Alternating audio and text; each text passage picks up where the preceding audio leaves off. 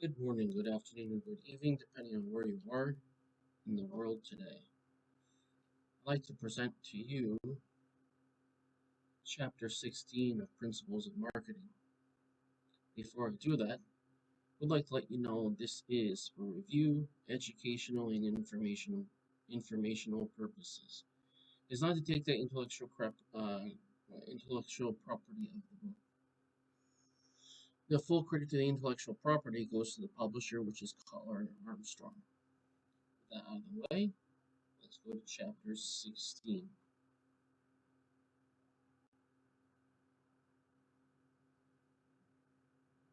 Okay, in Chapter 16, we're going to talk about personal selling and sales promotion. Now, as much as that sounds self-explanatory, there's a lot of details behind the scenes that needs to be talked about.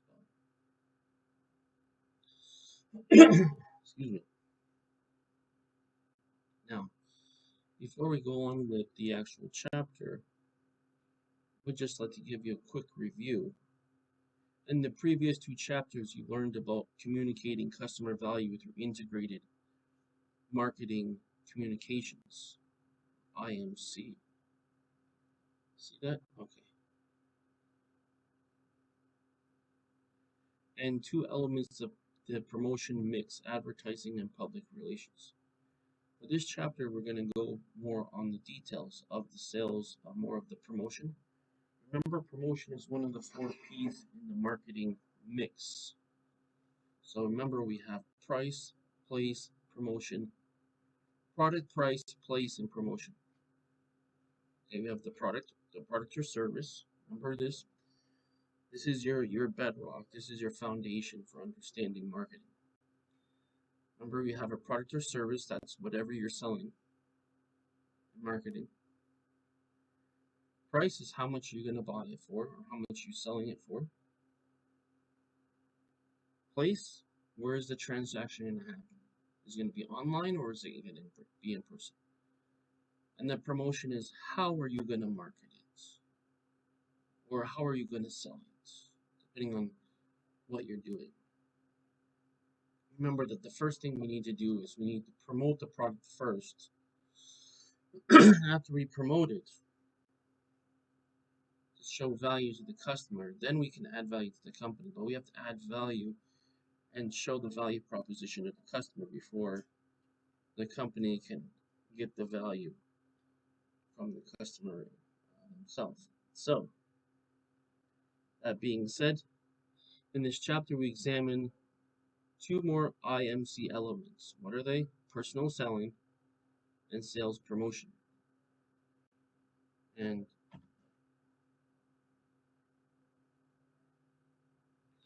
personal selling is the interpersonal aim of marketing communications, okay, in which the sales force interacts with customers and prospects to build relationships and, of course, to make sales. Remember, sales in the end is our end goal. We start with marketing as a strategy. Before they buy, they need to see value. So we have marketing for strategy and we have sales for tactics for closing the deal. Okay. Now, sales promotion consists of short-term incentives to encourage a purchase of a sale or product or service. As you read, remember that all the chapter presents personal selling and sales promotion as separate tools. So what's perspective? It's a tool. It's something you use, like a screwdriver, a hammer, right? Anything, a pen, pencil, ruler. These are all tools. For marketing, sales promotion is a tool. It must be carefully integrated with other elements of the promotion mix. We talked about the promotion mix. We talked about incorporating various strategies in marketing to make sure they're able to properly and effectively communicate value to the customer. Okay. Now, first, what is your first reaction when you think of a salesperson or sales force? By the way, when they say sales force, they're talking about a group of two or more people that are selling. Perhaps you think of a plushy retail sales clerks, yell and sell TV pitchmen, or a stereotypical glad handling, quote, used car salesman, unquote. But such stereotypes don't fit the reality of most today's salespeople. Professionals who succeed not by taking advantage of customers, but by what are they doing? Listening to their needs and helping to forge solutions. For most companies, personal selling plays an important role in building profitable customer relationships. Well, if you think about it, it's obvious. You're selling to people who are willing and able to buy the product, and by way of selling the product, you have added value to the company, quite literally through the actual revenue, and also through uh, brand building, and customer relationships. All right, now, um, for some companies, personal selling plays an important role in building profitable customer relationships. So, what are we trying to accomplish? Profitable customer relationships. Consider Procter and Gamble, when customer-focused Salesforce has been considered one of the nation's best. So, what kind of Salesforce is it? It's customer-focused. Now, one of the reasons why you're helping to forge, right? You're listening to their needs and you're helping to forge solutions because they're coming to you for a reason. Now, if you're going to them, it's a little bit different. However, the point of what you're doing is to provide a solution to solve a problem that the customer has, and that's the point. Now, here we have a case example of P&G, otherwise known as Procter and Gamble. They make lots of hygiene products. Their focus is on customer business development. Okay, so we're talking about customer business development. It could be business to business or business to consumer. Okay, depending on how you define customer. Customer in what sense? From a business point of view or from a consumer? Okay, I would ask you to read that so you can be able to understand that. The idea is that they took their model, they compared it to their competition, and also the this case study talks about retailers and their approach in customer business development. Now, that said,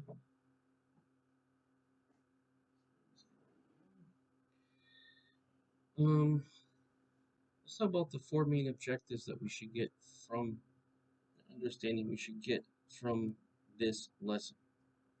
Now, for objective number one, we want to discuss the what? Role of the company's salespeople in creating value for customers and building customer relationships. In other words, personal selling. For objective number two, we want to identify and explain what? The six major sales force management steps. In other words, managing the sales force. And for objective three, we want to discuss the personal selling process, distinguishing between transaction oriented and marketing and relationship marketing. So, in other words, the personal selling process. For objective number four, we want to explain how sales promotion campaigns are developed and implemented. Okay? Okay. How sales promotion campaigns are developed and implemented. In other words, the sales promotion. So we have four things.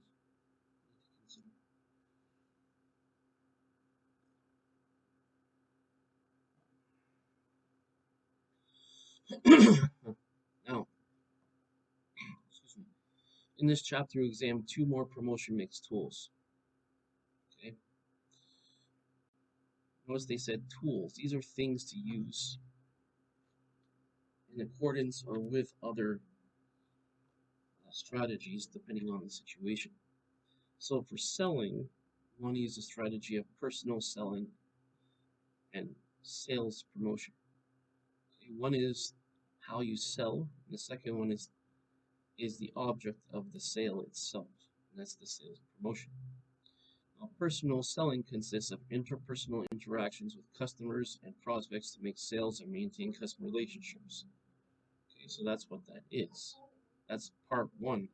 Part two is sales promotion involves using short-term incentives to encourage customer purchasing, reseller support, and sales force efforts. Now, remember, we're using short-term incentives. This is not long-term, that's why it's called a promotion. If we have the promotion too long, there's a risk it could damage the brand because the perception of the consumer is that this brand is not worth as much as before because it's selling for less. Okay. Now let's talk about what personal selling is. For purpose of definition, personal selling is a personal presentation by the firm's sales force for the purpose of making sales and building customer relationships. Now you see this every day where you go out in public. Anytime anybody's selling anything, that's basically what they're doing. Notice I said selling and not marketing. Now, in terms of the nature of personal selling is one of the oldest professions in the world because that's basically the component in which business was transacted. This is how it was transacted. The people who do the selling go by many names, including salespeople, representative agents, district managers, account executives, sales consultants, and sales engineers. There's lots of corporate, politically correct terms for them, but basically that's what they are. People have hold many stereotypes of salespeople, including some unfavorable ones. Meaning, salesman may bring to mind the image of Arthur Miller's pitiable Willie Loman of Death of the Salesman, Dwight Schrute, the opinionated Dunder Mifflin paper salesman from the TV show The Office, who lacks both common sense and social skills, which seems to be quite contrary to what doing sales effectively is, because sales requires social skills, requires you to be able to interact with people in an effective and a pleasant way in which that not only have you communicated the value of the product, but you've communicated in a way that's persuasive. So that takes some social intelligence to do that. So the first part of it would be product or brand, let's say product knowledge. First, you have to have product knowledge. Second of all, you have to have presentation skills in which to present the product to be that's going to be sold. And third, you need to be able to understand and relate with people in an interpersonal way, as to present in a way that would be appealing to other people. Now, uh, keep that in mind. Some assumptions about what makes someone a good salesperson are dead wrong. There's the idea that the classic salesperson personality is overbearing, pushy, and outgoing. The kind of people walk in the office to suck all the air out of the room. But the best salespeople are the ones that are good one-on-one. So remember, if the focus is on meeting the needs of the customer, then it's customer focused. Always has to start with customer focused. Always have to consider what is the reason for them if they go into your store. What is the reason for their visit? What need do the customer have? You focus on customer needs and matching it up with what they can do to help solve that or fulfill that need. Okay. The idea is that you're having a conversation. You're not being pushy, but you're having a conversation. For example, now I'm just adding some things that the book doesn't say here. because I don't want this to be just a reading session, but also a review and informational session where it's educational. So with that in mind, I want to mention that um, at first with the social intelligence is knowing how to talk to people in the right way according to the situation. So when they come in, of course, the the first thing they do is be polite, say good morning, good afternoon, good evening, sir or ma'am. Welcome to, for example, Joe Schmo's electronics store. How may I help you? I'm looking for.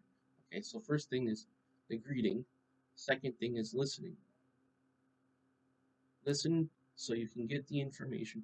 What is the person saying without interrupting them and letting them finish their sentence? The idea is you want them to do the talking so they will give you the information. That way you don't have to ask so many questions, and that way they can express their interest for a solution. Understand? It's not to it's actually better for them to do the talking than you do the talking. Okay? Because you want to get the information about what exact solution you can offer. Once you heard that, you mention uh, something to the effect of, "I'm glad that you came here," or "I'm glad that you are looking for such a solution. Sir, man, we have this solution available. Here are some options we have available. Tell me which one would you prefer, or which one do you think best suits your needs?" If they don't know, you just say okay. Then you start asking questions to qualify for a criteria of what you're going to use. Okay, so what are you going to use? You want do they have in they have quite extensive needs or very simple and short needs? What kind of needs? You ask questions around that. Now, this is where you need product knowledge. You need product knowledge to understand what you have available and how it relates to the general need of the market. And then you connect what you have to their need. Understand? These are basically the steps. It's not difficult. It just requires a little bit of practice. Okay? As the book says here, it's a matter of putting the client's interest first, which is the antithesis of how people view salespeople. Okay, putting the client's interest first. Okay, I'll give you an example of how I did it in the past. I used to work a long time ago for a big retailer, and this retailer owned a PC service company basically, and the man comes in. So one part of the story is the parent company. The second part of the story is the subsidiary. Comes in and he says, I'm looking for a computer. I need a computer. I'm looking to buy a computer." So the first thing is customers are very vague about their descriptions because they don't often know what they need. They just know that they need a computer for it. Or if let's say, like for example, shoes, computers, they're not the experts, so they're not going to speak in specific terms in general. They're going to speak in vague terms. Your job is to get the information from the customer so it can match it up with what's available and make sure it's a suitable solution for what they're looking for. Now, what I did was saying, I greeted the customer. "Hello, so and so. Hello, sir. How are you today?" Just really quick, just regular. Don't be fake. Just be genuine. "Oh, I'm doing well. Fine. Whatever his response. Okay, no, okay, that's good. Uh, I said, what kind of computer are you looking for today?" "Well, I'm not sure. I just want a computer." "Okay. What do you use your computer for?" So what you have to do is you ask specific and questions that that boil down to the exact criteria for which solution should be used. And what I did was I focused on what he needs it for, not selling him the most expensive computer. See? Because I said, okay, the best solution is the solution that best meets best meets his needs. Not let me just sell him any just generic solution or most expensive computer. Turns out he wasn't looking for the most expensive computer, as most people are not, but he wanted something that fit his needs. And when I focused on that specifically, I got right to the point of what he needs, and he was quite satisfied with it to the point where, and this is actually a true story, the guy actually wanted to tip me. And the company had a policy can't tip, like you can't tip anybody. I told him I can't take a tip.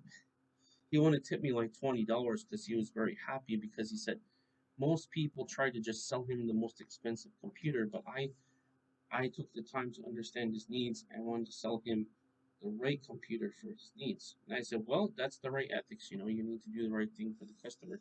And the guy says, and he said almost emphatically, he said, I appreciate that. I said, not a problem. That's what I'm here for.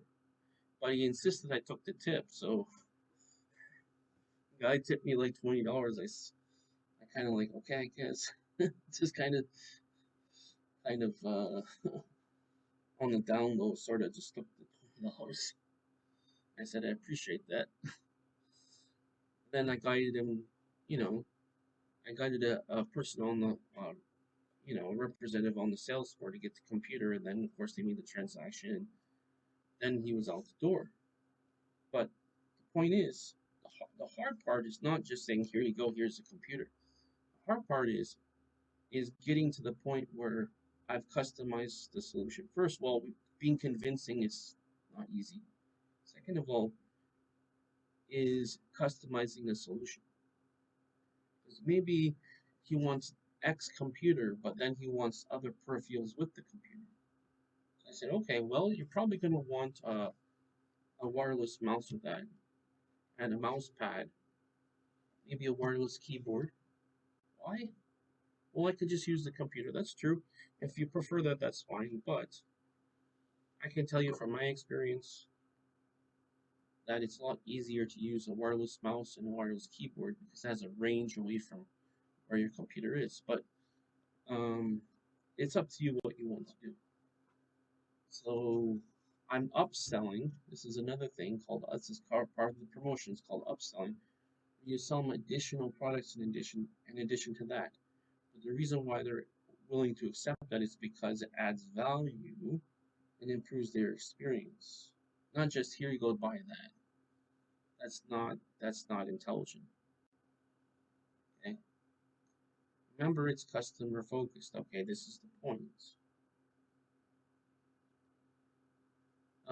You can go in with a personality to convince people to do what you want them to do, but really it isn't selling, it's manipulation. It only works in the short term until I realize that they've been manipulated.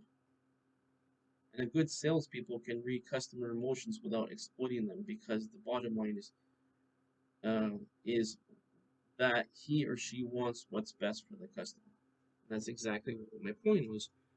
I'm Let's come up with customize a solution that's tailored for your needs, right? Because I told him, I said that the best computer is not the computer. It's not the best computer. I mean, it's not the most expensive computer, but it's the computer that fits your needs in the greatest way, meaning in the most tailored way. So that was my approach, and customers do appreciate that. In fact, if you have any doubt about that, put yourself in the customer's position. Do you want to be what's called power sold? Just you don't listen to the customer and just keep pushing something. Not good at all. So this is completely 180 approach to what the stereotypes of selling is, and that's what that was talking about. Now, every company has their own approach and techniques for sales. One of the things I've mentioned earlier in my previous uh, lessons is that I recommend that you study the selling methodology of a famous salesman by the name of Grant Cardone. He's very famous. He has a sales school where he'll go over how all this is done sort of in depth. But basically, customer focus is the idea. I mean, that pretty much just sums it up. Yes, he's famous for real estate, and also he has a business sales course as well. So if you really want to be educated in depth about it, I recommend you go to his course and buy his course. Actually, you can. I think there's a monthly service. I think there's individual module courses you can. Now, just to reiterate, the term salesperson covers a wide range of positions. At our extreme, salesperson may largely be just mean an order taker. Right? You go to a restaurant, you have the waiter, they're an order taker. That's what it is. Okay?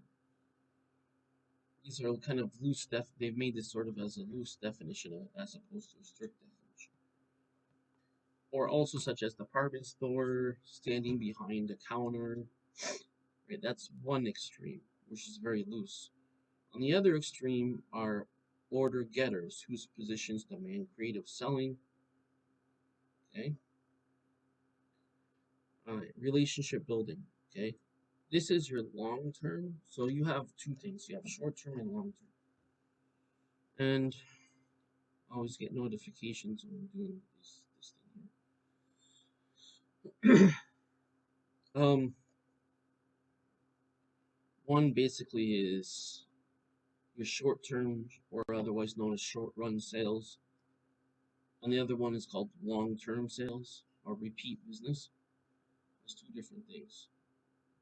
If you're an order taker, you do short run sales. If you focus on creative selling and relationship building, you focus on repeat business and long term sales. That is for products and services ranging from appliances, industrial equipment, locomotives, insurance, information technology services, etc. Here we're going to focus more on creative types of selling and the process. Okay. So we have more creative types of selling and the process of building and managing the the effective and also objective as well, sales force. And that's exactly what I was talking about. So you want to train up your sales force to sell it in a way that's effective, but at the same time, not just to get that particular sale, but also to build customer relationships. Okay? Because why? Next time they have a need to buy that same product or service, who are they going to buy from? See, you want them to buy from you and not someone else. Okay, so remember that a salesperson is an individual representing the company, the customers, by performing one or more of the following activities, which is prospecting, communicating, selling, servicing, information gathering, and relationship building. Remember I said you're gathering the information to find to get the criteria for what is the uh, best fits their needs. That's information gathering. Communicating. Hello, sir. How are you today? You're building up a rapport. You're getting them to respond to you. Okay. And then you make things simple in a way that they can understand. How can I best, or what do you ask questions so you can understand what they're saying? And then you ask clarification. You ask for specific things. That's communication. That's information gathering. After you have that, then you have the selling process, which is the persuasive technique. That's basically what it is differentiating your product from your competition. See that what I learned from this guy I told you, he's one of the greatest sales coaches in the world, from what I know. Not that he's not the only good one, of course, but he's one of the greatest ones I've ever seen, and I've seen some great ones in my life. Um, the idea is that you're having a conversation with the customer. It's not a one-sided conversation. It's like you're playing tennis, but you're hitting the ball and they're hitting the ball back. In other words, you're hitting the ball to them and you're waiting for them to hit the ball. You wait for them to hit the ball as far as they need to hit it, which means letting them finish their thought, letting them finish their sentence so you can get the information from them. Let the customer talk. Do the active listening. You see, that's the important thing. Here's some things I'm going to add in here, which is more social and emotional intelligence, which is you need to be good at listening to what people are saying. One of the ways you do is you don't interrupt the customer unless you have to. Gather the information, be good at listening to get the information. Once you've got all this information, then you can differentiate it. Say, sir, ma'am, I understand that this is your need. You've expressed, I understand that you're looking for XYZ. We have ABC. Well, if you compare it to DEF, you see that ABC has more features, right? You talk about benefits, you don't talk about features. Actually, excuse me, you don't talk about features, you talk about benefits. Yes, it has these features, but what's really going to benefit you is one, two, three. See? So you start with a general, and then you get more specific, and then you get right to the heart of the matter where it's going to bring them benefit. Always, how is it going to benefit the customer? Benefits is the key. See? Then after you've sold it, you say, okay, you compare. So you, again, we're going to talk about the price now. Well, this costs more. Yes, this costs more, but you're getting more value. Why should I pay more? Okay, because it's going to last longer. It's going to save you time. When there's an objection on price, you go back to benefits, right? Just like this. Let's just like this. If you bought a Ford and you bought a Ferrari, the person buying the Ferrari understands that they're paying more for the Ferrari because it's a Ferrari, of course. Or if you're paying for a higher quality car, you're paying more. Why? Because it's a higher quality car. Same idea. Servicing. Can I get this for you? That's customer service. That's setting up anything. That's getting everything ready. So right when they open the box, and turn on that laptop, that device, it immediately works. That's servicing. Okay? People do remember that, so don't forget that. Information gathering is when you first meet them, during the conversation, and after. Right? So that's your value added service. Okay? Then if there's any follow ups, you also have that. And then at the end, what you really get is to have relationship building. You say, okay, for example, from customer's point of view, oh, I saw this sales guy. He did a really good job. He helped me out a lot. I think I'll go back there and give him my business again. See, that's part of the relationship building is you already earned credibility from the customer that you are the one that they should buy from. And you give them that confidence, and they see the value to your product or service. Now let's talk more about the role of the sales force. I gave you a little bit more in-depth kind of overall slash in-depth overall in of some ways, but also some anecdotal ideas. Now let's talk more about the sales force. Now, personal selling is interpersonal arm of the promotional mix. The key word is interpersonal. This is interacting with people. Is interpersonal. Literally, it means through people. Okay? Or literally through person to person. Advertising consists largely of non-personal communication. Non-personal communication with large groups of consumers. That's where you have your marketing. By contrast, personal selling involves interpersonal interactions between salespeople and individual customers, whether face-to-face, telephone, by email, video, or web conference, or by other means. You see, personal selling can be more effective than advertising in more complex selling situations. So ultimately, it does come down to closing the sale. That's what it ultimately comes down to. Salespeople can probe customers to learn more about, okay, their problems, then adjust the marketing offer and presentation to fit the needs of the consumer. How do you do that? As I said before, you have a conversation. Natural conversation, just like if you're talking to your friend or colleague or whatever. Regular conversation. Hi, how are you? I'm fine, I'm great, whatever. How can I help you with getting a computer today? Well, I'm looking for to when they say something, doesn't matter the verbatim speech, but it depends on what is the content, and doesn't even it matters what are they saying, what are their needs that they're expressing. Okay?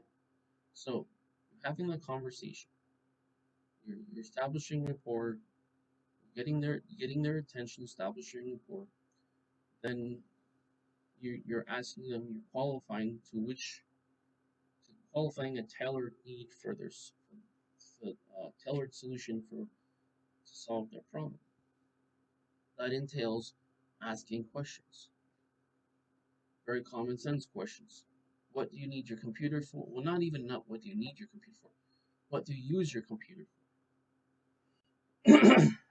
Well, or what have you used your computer for? Or what is the particular need? What do you want the computer to do for you? You ask pointed questions to get the information. Okay, so remember that the role of personal selling varies from company to company because they can have their own particular sales technique depending on what they're selling. Is it a product or service? Is it reoccurring or is it one time purchase? Some firms have no salespeople at all. For example, companies that only sell online or through catalogs, or companies that sell through manufacturers, reps, sales agents, or brokers. Whenever you have the manufacturer's reps or sales agents, you still need to deal, you're still going to be selling. Brokers also selling too. In most firms, however, its sales force plays a major role. In companies that sell business products and services such as IBM, DuPont, Boeing, salespeople work directly with customers. Okay? Consumer product companies such as P&G and Nike, the sales force plays an important behind the scenes role.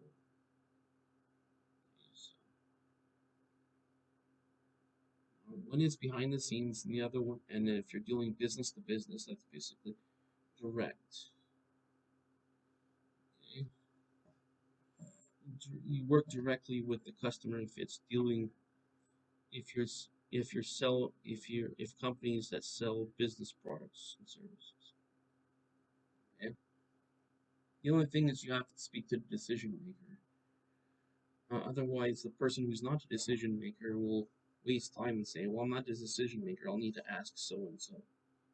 So what they do is they put that person on the phone if possible and do the presentation.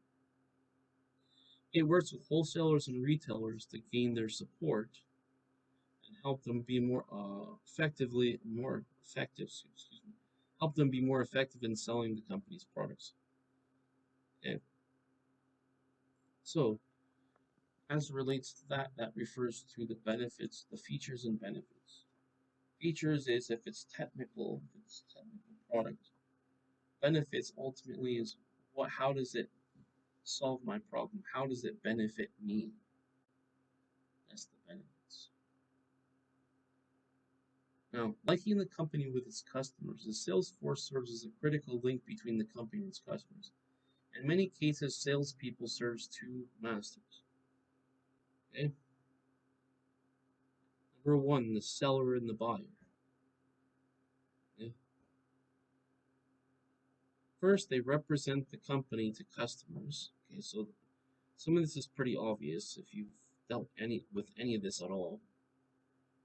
You find new customers and communicate information between the company's products or services.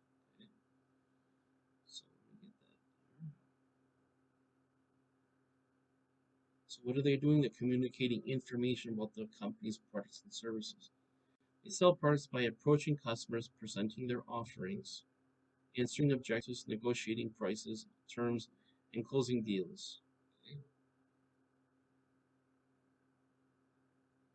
In addition, salespeople provide customer service and carry out market research and intelligence work. They can be doing that. It depends. That would be more your sales engineer does more of the research and intelligence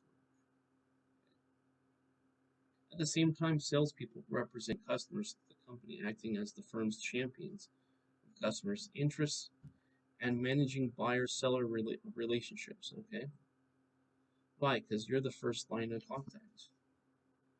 They need to talk to you first. Right? If they can just talk to you, why do they need to talk to someone else? You see, makes sense. All this is understandable if you put yourself in the position of the customer. See, that's the idea. Is there isn't a corporate saying that I remember from a company I used to work for, a bank I used to work for. They used to say, "Think of yourself as the customer." If you think of yourself as the customer, meaning you put yourself in the customer's shoes, you're in the customer. You put yourself in the customer's position, and you'll immediately know exactly what customer wants, how the customer feels. You'll be able to immediately know everything. But you have to get out of your position and look from outside of your position. Meaning it's like playing chess, right? You see your pieces. So in other words, there's two sides of the board. Your side of the board you can see, and it's obvious to you. The other side of the board you need to understand, because you already know your side of the board. But to make the right move on your side of the board, you have to understand their side of the board. Understand? That's like that. It's like the seller is like your side of the board, customer is like the other side of the board. And you need to make the right move. Excuse me. You need to make the right move to fit the need of the situation. Now, salespeople relay customer concerns about company products and actions back to those to those who handle them, who can handle them. Sorry, they learn about customer needs and work with marketing and non-marketing people with the company to develop greater customer value. So let's talk about that for a second. They meet with marketers. Why? Because they need to understand the product and how it's presented. And what is the value proposition? Okay, so they need to know what is the value of the product. That's for marketing. For salespeople, they need to know the technique and the presentation to close the deal, including interpersonal communications. That's from the sales. In fact, to many customers, salespeople is the company, the only tangible manifestations of the company that they see. Hence, customers may become loyal to salespeople as well as the companies and products they represent. Okay, so the idea is customer loyalty, to get customer loyalty.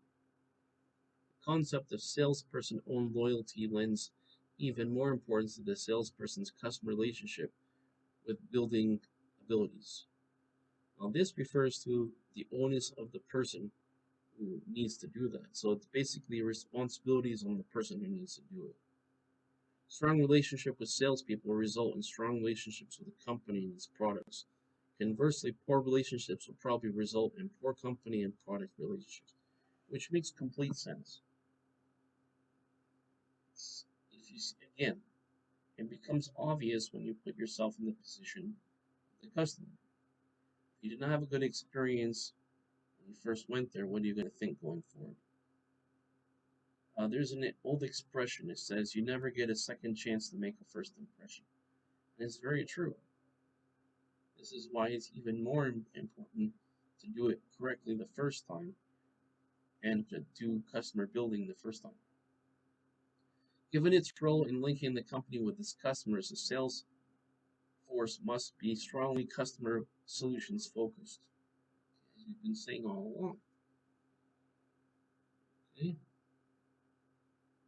In fact, the customer solutions focus is a must not only for the sales force but also for the entire organization, says Anne Walke, successful former CEO and chairman of Xerox, who started her career in sales, a strong customer service focus.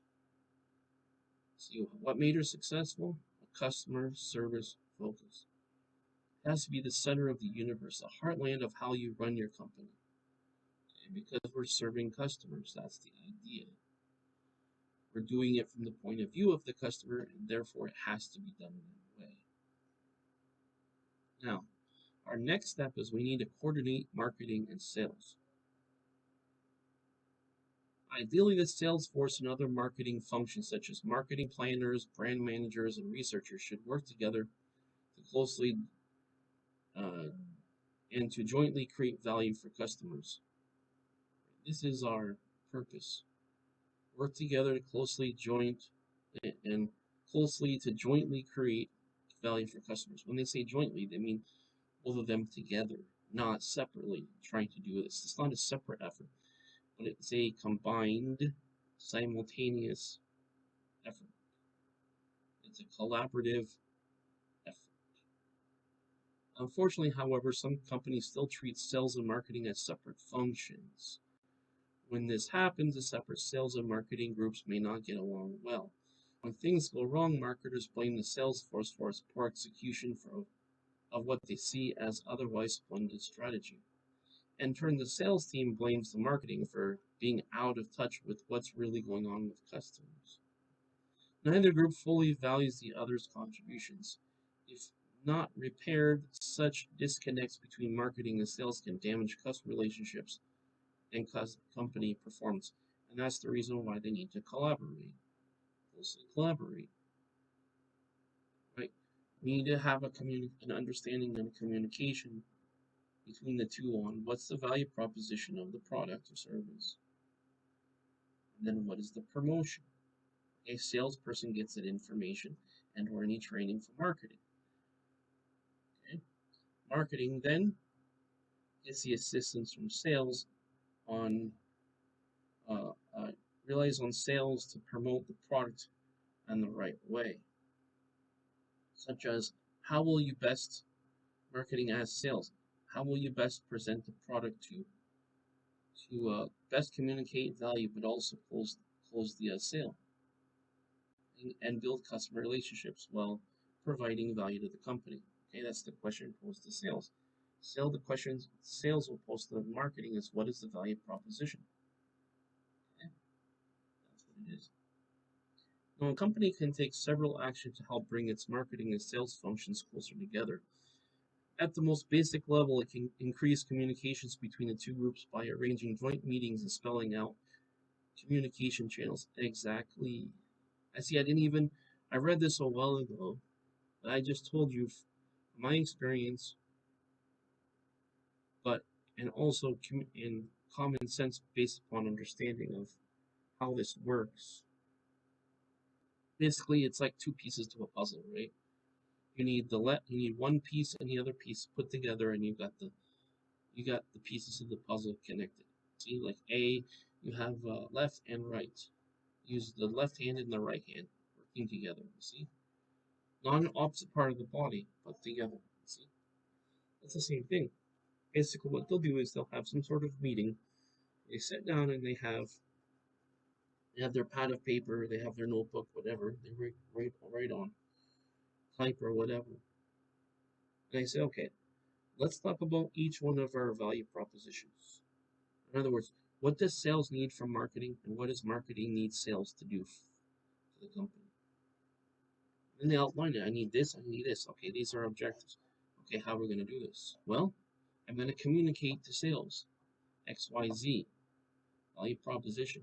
Sales are going to say, okay, I got the proposition, but this is what I propose the presentation be according to the value proposition and the value of the brand. Then they coordinate, they put their heads together. Like this department and that department puts these together and collaborate and say, okay, this is how we can put these two together. It's kind of like peanut butter and jelly, right? You can't just have the peanut butter, you can't have just the jelly. You need the peanut butter and the jelly, and you really got something going, right? See, remember that it's just like playing chess. You have the strategical aspect and you have the tactical aspect. The strategical aspect is marketing, the general way of being able to of going about it. Tactics is how do we close a deal once we have an advantage?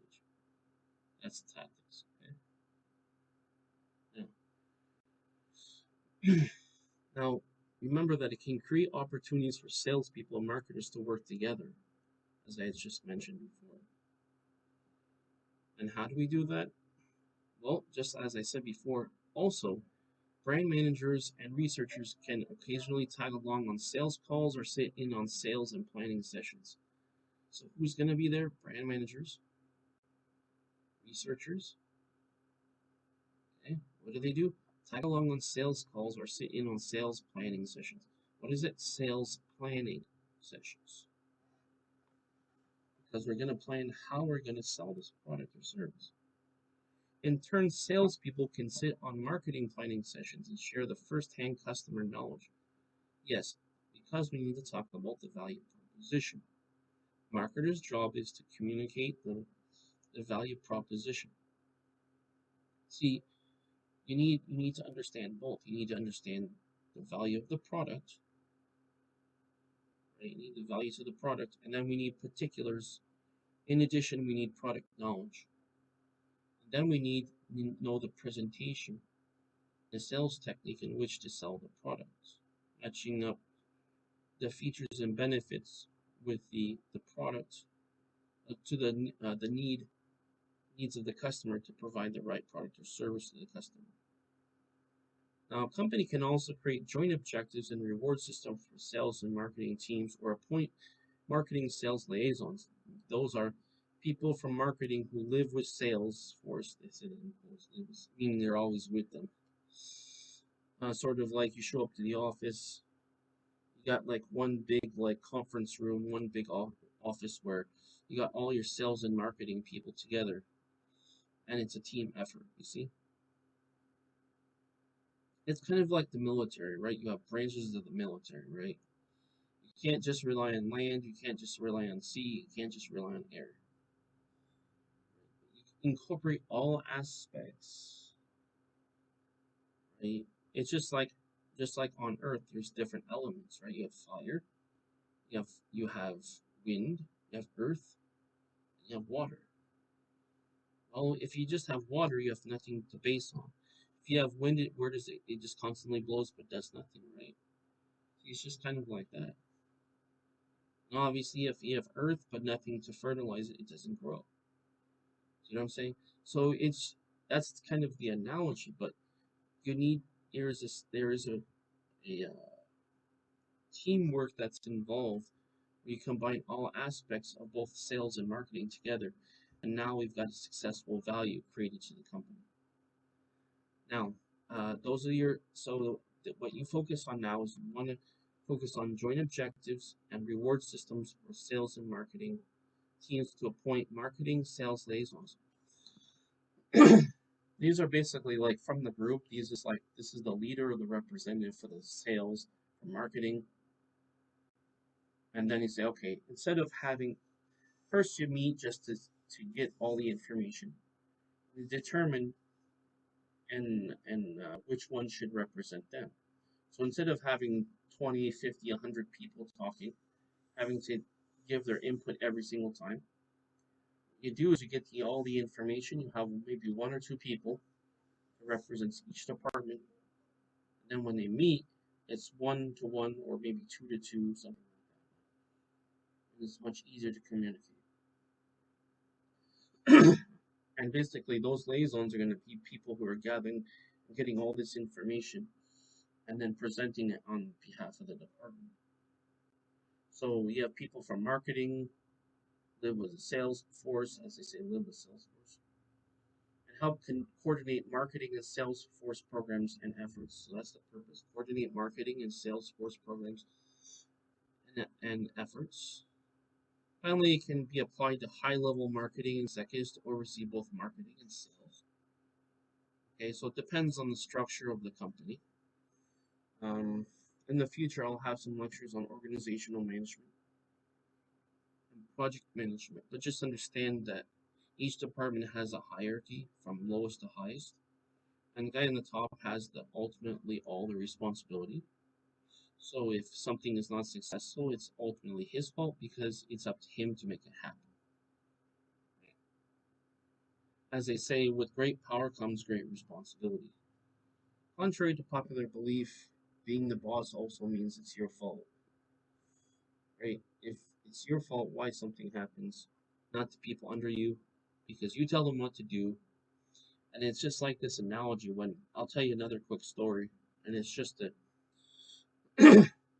illustrate the point to really understand what I'm talking about. So if I remember back in 2012, I was doing trade business and I was visiting some factories. And I was talking to a salesperson. They were directing me to this conference room. And I thought, oh, just a regular conference room. Turns out it was the boardroom. And I was quite impressed when I saw the top, and I'm not normally impressed very easily. On the top, it says, "Don't blame the soldiers." Says says generals, "Don't blame the soldiers for your own decisions. They are only doing what they're told." It says it's because it says, "Don't blame the soldiers." Soldiers are the people underneath the generals who are executing the orders, executing the what was told to them to do, right? Okay, so each department head is like a general. You got your CEO, he's kind of like your 5 4 5 star general. You got the other ones are 2 or 3 star generals, right? You got your assistant, maybe he's like a colonel or whatever. If you want to use this analogy, but the point is, don't blame the soldiers. Generals, don't blame your soldiers. That's what it is. And I was like, wow, that's a very insightful way. I mean, it's simple. It sounds quite simple in a way. It makes sense. But if you think in terms of that, it's a very insightful point. Basically, there's a lot of things you'll hear. It'll sound like it's not. It'll sound quite simple. Like, of course, I know that. But then when the principles apply, they say, okay, here's the challenge. Go fulfill the challenge. Suddenly, it's not as easy as it sounds. See, it's just like if you study math, right? When the teacher shows you the answer, or somebody shows you the answer, especially very clearly shows you the answer, like, of course, that's easy, right? I can do that. But then when you presented with another challenge, oh, it's not so easy anymore. That's what it is. See, we're taking these principles from each one of these chapters and we're applying it to case situations. But what we need to do is take all of this information together, apply all these together, and then apply it. The application itself is what brings the understanding and shows whether or not just that we know of something, but we understand what it is. So our purpose here, we want to infuse marketing and sales with a common goal. Infuse means combine together, put together. Marketing and sales with a common goal of creating value for customers and capturing value in return. Remember that was the basic thing from like the first couple chapters. How do we get value? We get value from the customer. Well, how do we get value from the customer? We need to communicate properly and effectively communicate the value proposition to the customer so the customer can see the value. And after that, we're going to be actually um, then the customer returns the value by way of revenue. Now, I do have a case example here. This is role of the sales force and the entire company, putting customers first. This is the same idea about being customer focused, customer driven. Once they focused on that, she turned around the failed sales performance of Xerox, and her rising in the company to making Xerox a very profitable company.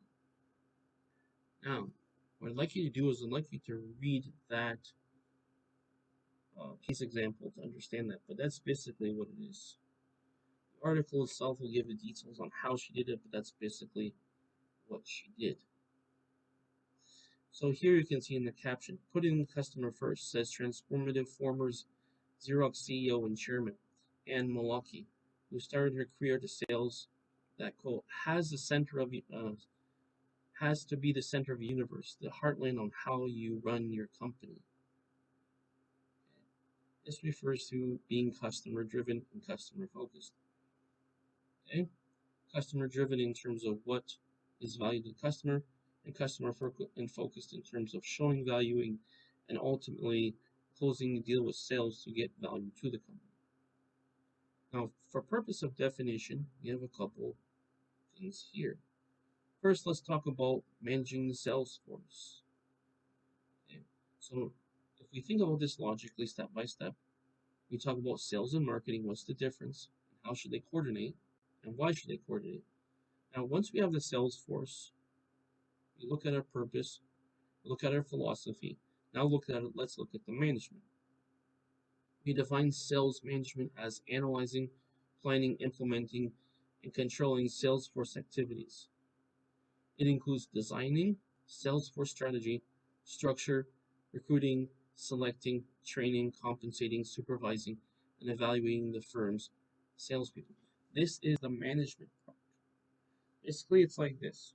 You have a group of salespeople on a team called the sales force, and you have to assure uh, assure that all aspects of the business that relates to the sales force run smoothly. So obviously, we need to have our strategy or overall mission statement strategy for that department. Second of all, we need to get the right people, which is recruiting. We need to have a recruitment effort that will attract talent.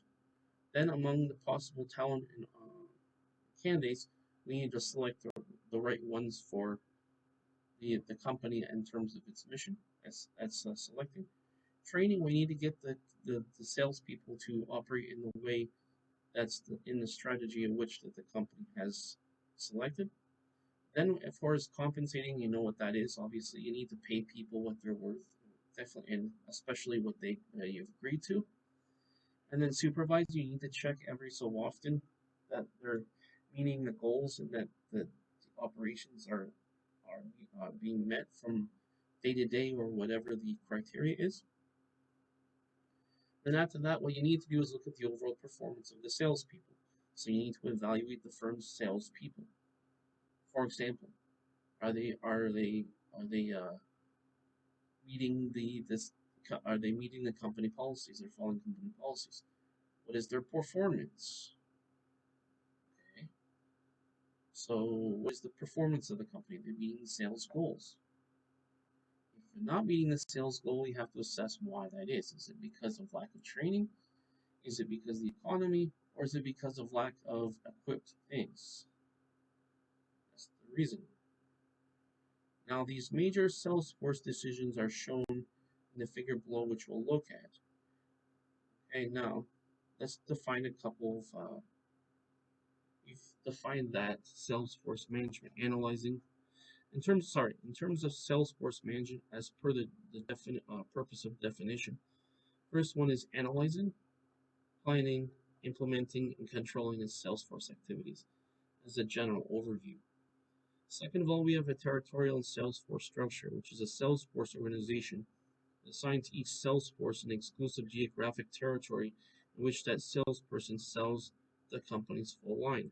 And there's various reasons for that, one being the locations and demographical strategies according to their niche. See what I'm saying? That's what it is. And other considerations relating to regulation and social implications. And just remember, in terms of designing the Salesforce strategy and structure, the marketing managers face several Salesforce strategy and design questions. Okay, these are the questions you have to keep in mind as part of your focus. How should salespeople and their tasks be structured? Meaning, how should you do it in terms of an overall way? How big should the sales force be? How many people should be on the sales force?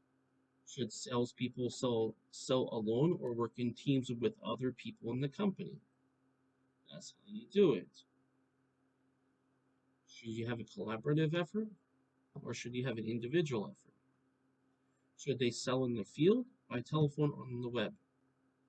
You need to figure out what is the place in terms of selling place. Or do we do a combination of things? That will depend on what is most effective and it will depend on who your customer is. Is it business to business? Well, normally you have an initial contact where You can do a combination of things. That's your marketing mix. Now, in terms of the sales force structure, you need to remember that the company can divide sales responsibilities into several lines. The structure decision is simple, like the company sells only one product line in one industry with customers in many locations. So it's kind of like if you have if you have a chain of stores, the same kind of product but just in different locations. Depends on the region you're focusing on, depends on the country. Similar to the other chapters we already talked about. If the company should see a territorial sales force structure, okay, that's one thing. However, if the company sells many products to many types of customers, it might need a product sales force structure or customer sales force structure. You can have one or both of those, which is a combination, or you can have both of them, which is a combination of the two, of course. You have to assess that based upon your needs and as a company, what are your needs and what are your capabilities. So basically, when you think of that from a strategic standpoint, remember we have SWOT, strengths, weaknesses, opportunities, and threats. What we need to do is consider our strengths. What is the company good at? Do they have the ability to do that? What are the capabilities? That's strengths. Opportunities. What market share could we gain? That's our opportunities. Then we need to consider our competition. Who can better serve that in that area? This is risks versus rewards. That's your threats. If you're not good at it, you might want to abandon that for the time being. That would be your weaknesses. You have to assess all four factors in that from a strategic standpoint. Now, when we talk about territorial sales force structure, we need to talk about the territorial sales force structure, which includes each salesperson that's assigned to an exclusive geographic area and sells the company's full line of products or service to all customers in the territory.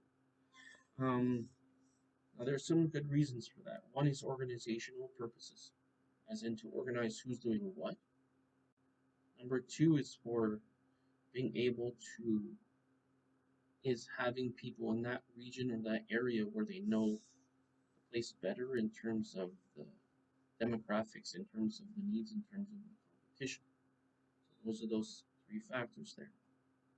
Now you should remember that the organization clearly defines each salesperson's job and defines accountability. It also increases the salesperson's desire to build a local customer relationship. That in turn improves the selling effectiveness. So that's what it is. We want to build local customer relationships with that in turn to improve selling effectiveness. It means able to sell more based upon building relationships. If you're in a different region, you can't physically be in two places at once. You need to be in your area to sell what you have. Also, you need to give a chance to everybody in the company to be able to sell. So there's ethical reasons and there's organizational and logistical reasons as well in terms of you can't be in two places at once. Finally, because each salesperson travels with a limited geographic area, travel expenses are relatively small. If you travel a lot, the expenses are higher. Right? It goes back to the basic equation of what runs a business is profit. The higher the expenses, the less the profit. Okay, so it depends on the return, the ROI, return on investment, but usually it's better served by having local people there in that area, such as the north, the south, the west, right, and the central. This is just some very basic definitions, but that's what it is. Basic classifications, but that's what it is. Now, a territorial sales organization is supported by many levels of sales management positions. And that's the presupposition. Now, for example, Stanley Black and Decker uses a territorial structure in which each salesperson is responsible for selling all of the company's products, from hand tools, lawn and garden equipment, and assigned territories. That's what it is, in assigned territories. Starting at the bottom of the organization are entry level sales representatives, which is pretty basic. Report to territorial managers. Okay. Territories sales representatives offer smaller areas such as eastern, northern, eastern, southern, western, whatever it is for X for whatever state. And territory managers offer larger areas, such as the full all of one state or multiple states. Territory managers in turn will report to regional managers who cover regions such as southeast, west. Yeah, so you have your southeast, right? You have your regionals, so that's basically that would be like saying the northeast slash east coast.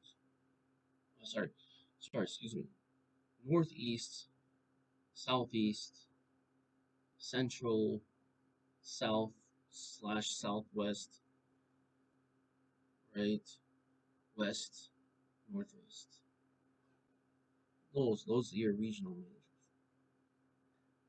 And then, of course, from the regional manager, you have the director of sales, who's basically the director of the department itself. So instead of saying chief executive officer, chief financial officer, it would be chief sales officer, if you want to put it that way, depending on how the companies fit the definition. Now, and for purpose of definition, we have a product sales force structure, which is a sales force organization in which sales people specialize in selling only a portion of the company's products or lines. Okay. For example, let's suppose the company is a conglomerate where they sell um, several products, several different types of products, like for example, electronics, cars, for example, hygiene items, etc. That would be a conglomerate where you have one whole department focused just to sales of one kind of product. Okay, so the important thing when it comes to salespeople, as relates to product sales force structure, is that they must know their products, as I mentioned earlier, especially when the products are numerous and complex.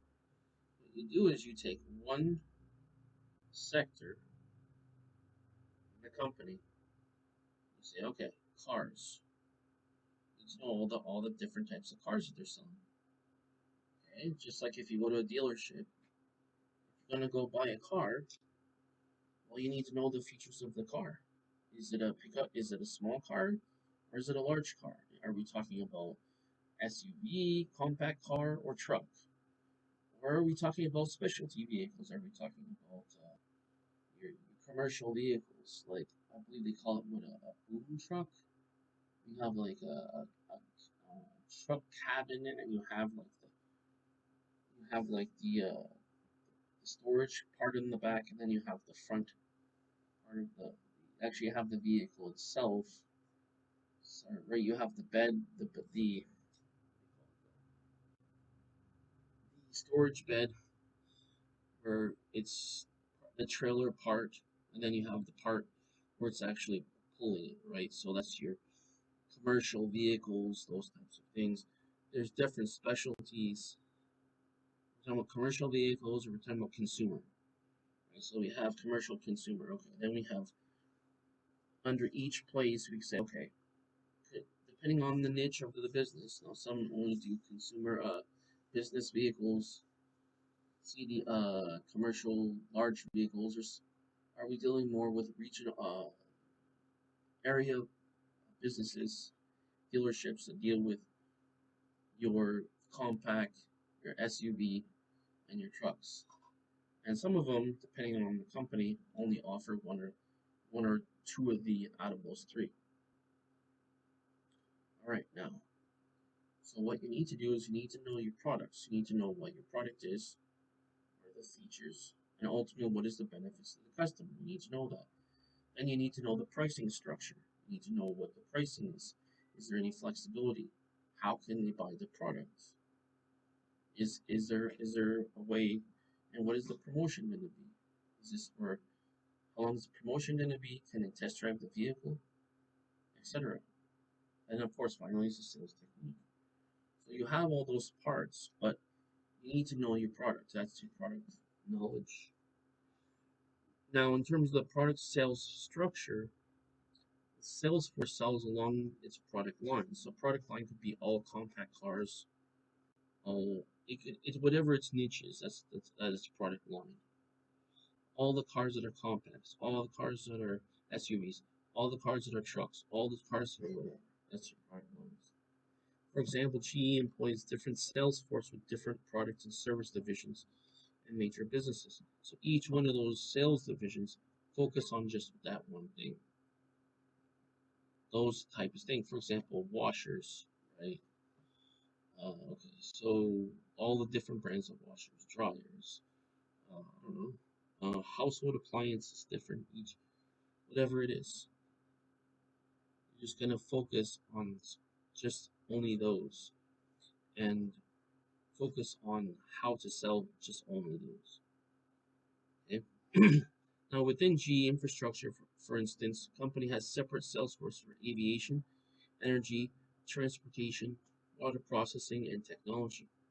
Okay, you take a category and it becomes your niche. So all aviation, basically all plane related products, the planes, and then the products relating to the planes. Same thing with energy, transportation, water processing products such as your water filters, etc. Okay, and then also technology relating to information technology, electronics, etc. Within GE Healthcare, it also employs different sales forces for diagnostic imaging, life sciences, integrated IT products, and services. And while a company as large and complex as GE might have dozens of separate sales forces serving as a diverse product and service portfolio. That's why. You can learn all the features for each product. There's a lot to learn. But ultimately, to get good at something, you really have to focus. So that's the idea. And also because of the size of it, you pretty much have to focus. And there's other geographical considerations such as where's the product sold based upon demographics. Okay. Now let's talk about the major steps in Salesforce management from earlier. We want to look at this as a step-by-step process, and there's 6 steps here.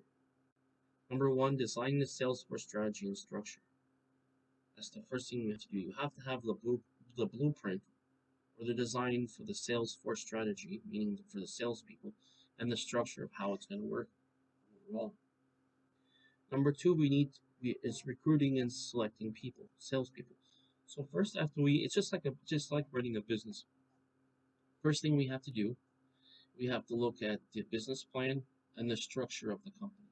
Okay, I'm using this as an analogy. Second of all, we need to get the people to fill in the positions to run the company. That's your recruiting and selecting the salespeople. After you've got your people, then you train salespeople. You have to train the people in a way that's going to best fit the needs of the company. You've trained the salespeople, then you need to. Of course, this consideration actually is considered before they start the job, but also for additional things such as commissions and other things. In addition to their salary, also there's also commission based bonuses that they can be involved in compensating salespeople. Obviously, that's important because they wouldn't be doing this for free. And the fifth one is supervising salespeople. You need to have a supervisor to double check and make sure that people are doing things the correct way according to the company standards. And then after you've supervised it, then you come to a conclusion about the performance of the salespeople, which is we take a criteria, we apply it for evaluating salespeople. Okay, so that's what it is. Based upon the evaluation, you determine if it's meeting the goals or not. And then hopefully they have an action plan to improve it if it's not meeting the goals, or if it's exceeding the goals, maybe you can learn from that. Either way, there's a learning process for both, either if you're not meeting the goals or if you're exceeding the goals, and what can other people learn from it so they can also perform better as well. Now, the product structure can lead to problems if it's not set up correctly.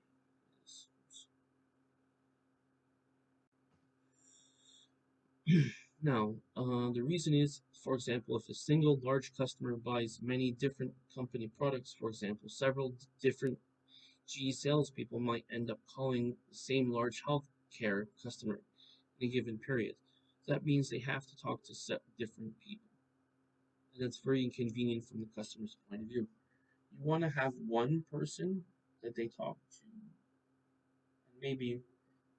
and maybe worst case scenario, another person to confer on whatever the decision is to be able to do that. This means that they have extra costs that are compared with the benefits of a better product knowledge and attention to individual products. So, what you do is you need to have somebody who has the product knowledge and attention to the individual products. Okay, so um, you don't want them to have to deal with multiple people just for the same product. Now, if it's for a different division, then yes, that makes sense because maybe they're not trained on that. That makes sense. So let's define the term here in a client. So we have customer or market sales force structure. That is a sales force organization in which the sales people specialize in selling only to certain customers or industries. That's going to be your segment, and that's going to be your niche. So segment is which industry and what types of customers. That's going to be your niche.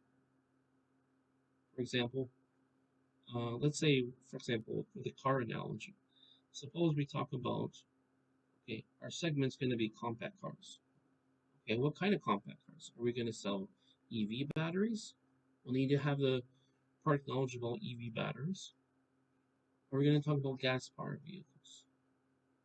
Maybe those are two different people who have different product knowledges because they have different features and benefits associated with the different types. Okay? So within that segment of compact cars, we have niches. One is EV and the other one is gas-powered. That may be different sales representatives representing both of them. So for customer sales force structure, remember that more and more companies are now using a customer market sales force structure in which they can organize a sales force along customer or industry lines. So we need to consider it according to the niche and what is needed. So what we do is we start off with our segment. Then depending on if it's a specialty in the segment, such as the niche, then we have a different salesperson that focuses just on that.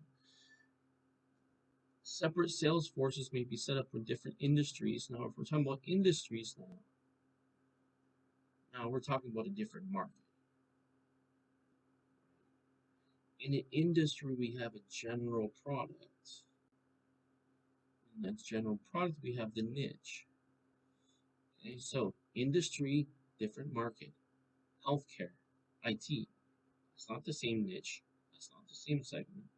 That's a completely different market itself.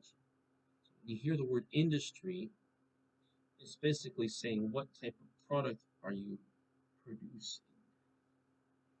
For example, are we producing cars?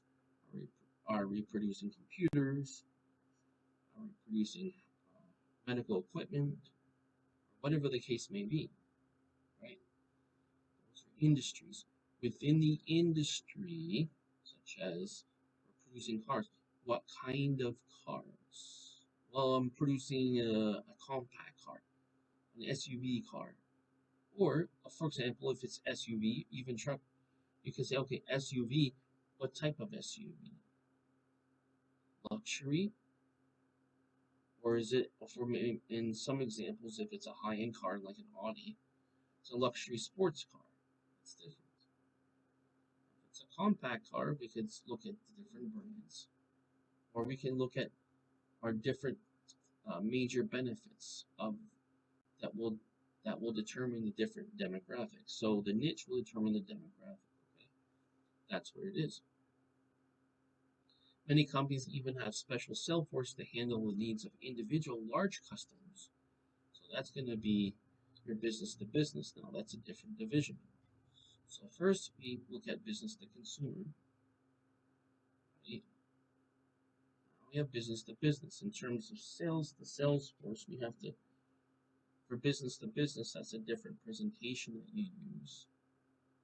Because we're dealing with larger quantities, that's different. For example, above its territorial structure, Stanley Black & Decker is a Home Depot sales organization and a Lowe's sales organization. Okay?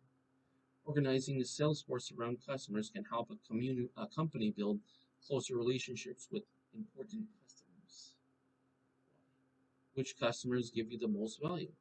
Okay. Based upon that, we have a priority and we have a way to classify what's going to be done with what. Consider Hillrom, a leading supplier of medical equipment, including hospital beds, stretchers, and nurse communication systems, which recently restructured its product based upon Salesforce into a customer-based one. Okay. This just basically talks about its focus in terms of how it sells and its marketing in terms of how it shows up. Hillrom divided its Salesforce into two customer-based teams.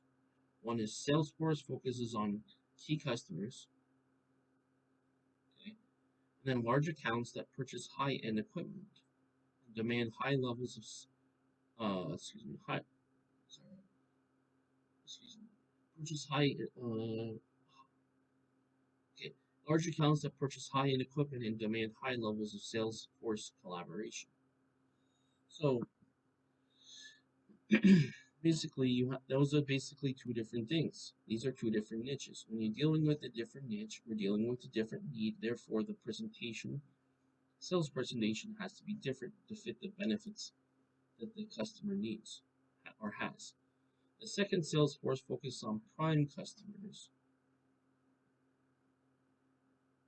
and that is smaller accounts are generally more concerned about getting the features and functions they need for the best possible price. That is another different type of demographic. So the idea is you structure the sales team according to the demographics of customers, because your presentation has to be focused. Sales presentation has to be focused according to that demographic. Assigning separate sales forces helps Hillrom better understand what the different types of customers need. Okay, there we go. Better understood the different types of customer need. And the need is defined by the demographic. It also lets the company track how much attention should the sales force divide into each customer group. Do we need more or less attention? Okay. Do we need more attention on the big business, or do we need less attention? Do we need more attention on the prime customers, or do we need less attention? It's a judgment call you'll have to do based upon return on investment formula. For example, prior to restructuring its sales force, Hillrom has been treating both key and prime customers in the same way. As a result, it was trying to sell smaller prime customers a level of service and innovation they did not value or could not afford. See, just like this. If a guy needs a cheap computer, you're not going to sell him an expensive one. And that guy who has larger needs, who needs a more expensive computer, you're not going to sell him the cheaper computer, right? It's the same idea. One who has greater need, you have to match up your greater solution with the greater need. And the lesser solution required lesser need as much up with the lesser solution. That's the idea. A single account manager and team focuses intensely on all areas of one customer business and working together to find a product and service solutions. Such intensive collaboration would have been difficult under the old product-based sales structure in which multiple Hillrom sales reps service different specialty areas with a single key account. In the 2 years following the Salesforce redesign, Hillrom had its sales growth double. Because once you're more focused in and you're better at selling whatever you're selling, of course you're going to have more sales. But to understand this as a structuring, it's just like this. Does a service, for example, does a computer shop sell food? Does a computer shop sell cars? They don't. Everybody has their own. First, we start with the market. The whole market.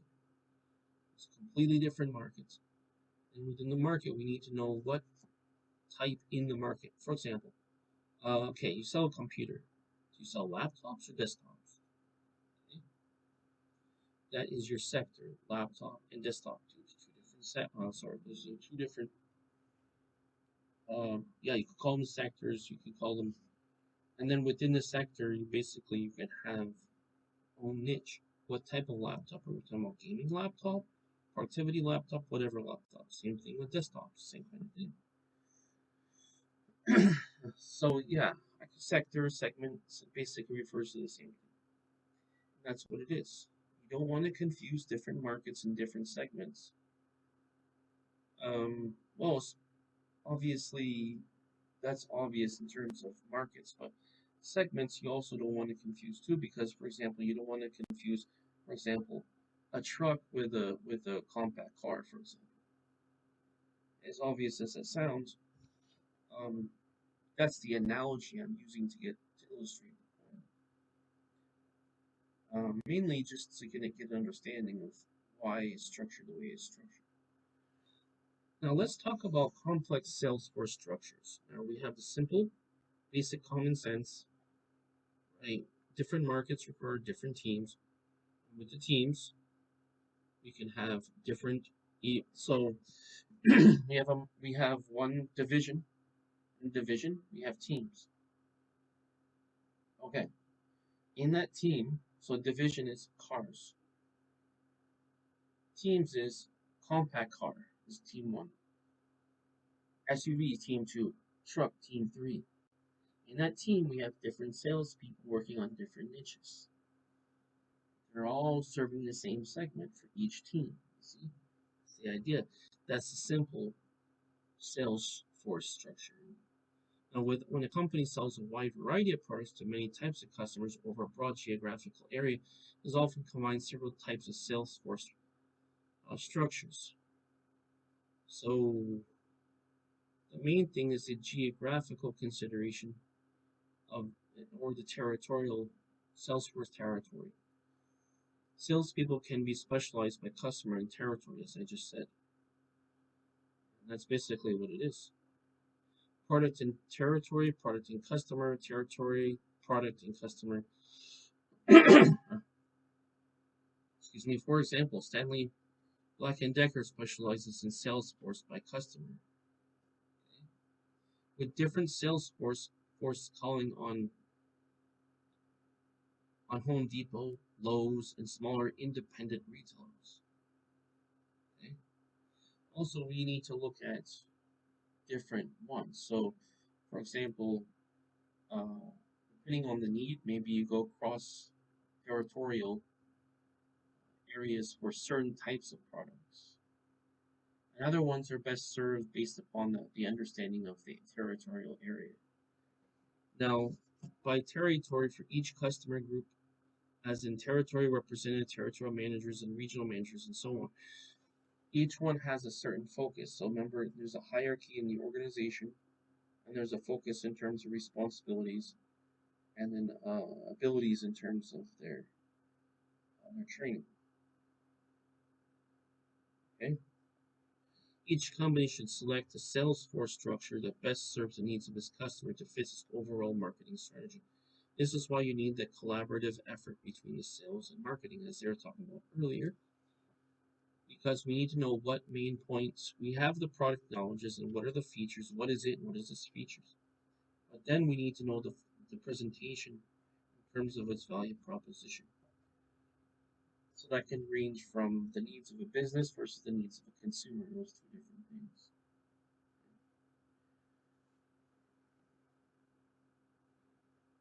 A good sales structure can mean difference between success and failure. Of course, wholeheartedly agree. Over time, sales force structures can grow complex, inefficient, and unresponsive to customer needs. Companies should periodically review their sales force organizations to be certain that they serve the needs of the company and the customers. Okay? This is generally what you should do. Okay. Now you can see here. There's a have a picture here of some Salesforce are huge. For example, GE employs 16,400 salespeople. American Express is 23,400 people. Pepsi Company 36,000 people, and Xerox is 15,000. So when we talk about Salesforce size, you want to consider that highlight this. Once the company has set its structure, it's ready to consider sales force size. So the structure is the overall composition in terms of top down, and the size is for each in the top down for each department. How many people in each department? Sales forces may range in size from only a few salespeople to tens of thousands. Sorry, not a ton, but tens of thousands. Some sales forces are huge. For example, Pepsi Company employs 36,000 people. American Express is 23,400, like I was saying earlier. And GE has 16,400, and Xerox has 15,000 people. Sales people constitute one of the company's most productive, okay? The most expensive assets. So whoever is your best salespeople are your greatest assets because they're the one who provides the most value to the company. Therefore, increasing the numbers will increase both sales and costs. So if you have more people, of course, there's more costs. It's pretty basic, right? Many companies use some form of workload workload approach, and that is to set sales force size. Because again, it boils down to you have a team. How many people should be on the team? How many people should be in the department? Whenever you have your teams, the department is split up into teams. In the team, each team you have how many people in each team, and then total how many people total should be in the department. Using this approach, a company finds group accounts into different classes according to size, account status, and other features related to the amount of effort required to maintain the account. There we go. That's what it is. It's related to the amount of effort required to maintain the account. So if you have a big customer who has requires lots of attention, etc., you need more people. You have an account that requires less people, less attention, you need less people. So you have to just apply it based upon having good judgment and using all common sense to saying obviously you don't put more people where it needs less and you don't put less where it needs more people. The company might think as follows. Suppose we have 1,000 A-level accounts and 2,000 B-level accounts. A-level accounts require 36 calls per year. B-level accounts require 12 calls per year. In this case, the sales force is the sales force workload. The number of calls it makes per year, which is 60,000 calls, which is 1,000 times 36. 1,000 times 36. Oh, yeah, sorry. So 1,000 plus times 36 plus 2,000 times 12 equals 36 plus 36,000 plus 24 is 60,000. Suppose our salesperson makes 1,000 calls a year. So we need 60 salespeople, which is 60,000 calls divided by 1,000. Oh, 60,000 people divided by 1,000 calls. Actually, 1,000 calls. Okay, right. Average salesperson makes 1,000 calls per year. You have 60 of them. Right, that's 60,000. Okay, so or you could say 60,000 divided by 1,000 is 60.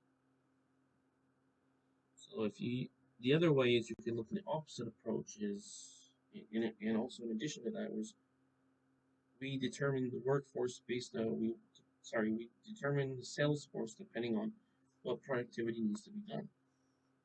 How many people do you need to get that done? So look the other way. Other sales force strategy and structure issues. For purpose of definition, we have two words we need to understand. First is outside sales force or field sales force. Those are salespeople who travel to call on the customers in the field. A nice way would be like door-to-door salespeople. That's business to consumer or business to business. Now you have your inside sales force or salespeople who conduct business from the offices via telephone, the internet, or visits from prospective buyers. Oh, I guess technically they both can be both business to business, business to consumer. This is more of the execution of how the sales is going to be done by what media, by what way. So one is in person and the other one is through telephone, internet, etc. Some inside salespeople provide support from outside sales force, forcing them to spend more time selling to major accounts and finding new prospects. For example, technical sales support people provide technical information and answers to customers' questions. Okay? Because we got to consider what type of customers are we dealing with. Are we dealing with technical people? Then we need to match up with technical salespeople. And as for sales assistants, they provide administrative backup for outside salespeople. Right? Those are your administrative assistants. Those are your people who provide support from the office itself. They call ahead and confirm appointments, follow up deliveries, and answer customers' questions when outside salespeople cannot be reached. That's basically your customer service people. Okay? Using such combination of inside and outside salespeople can help serve important customers better. Inside rep provides daily access to and support. The outside rep provides the face-to-face collaboration relationship building. Right. So one is support, and basically one is like the supply and support line. Like if you think in terms of like a war analogy, you have the front line, which is basically your soldiers who go in person, and then you have your support, which support them, like as for example the supply line, right? Medics, whatever. You have your support, and then you have your frontliners. Okay, and those are two different ones. Now, to more effectively serve customers, you need both because there's different sales and communication channels that have to be implemented. Other inside salespeople do more than support. Telemarketers and web sellers use phone and internet to find new leads and quality prospects or sell and service accounts directly. Telemarketing and web selling can be very effective, less costly ways to sell to smaller, harder to reach customers. Depending on the complexity of the product and customer, for example, telemarketer can make from 20 to 33 decision makers contacts a day compared to an average of four that an outside salespeople can make.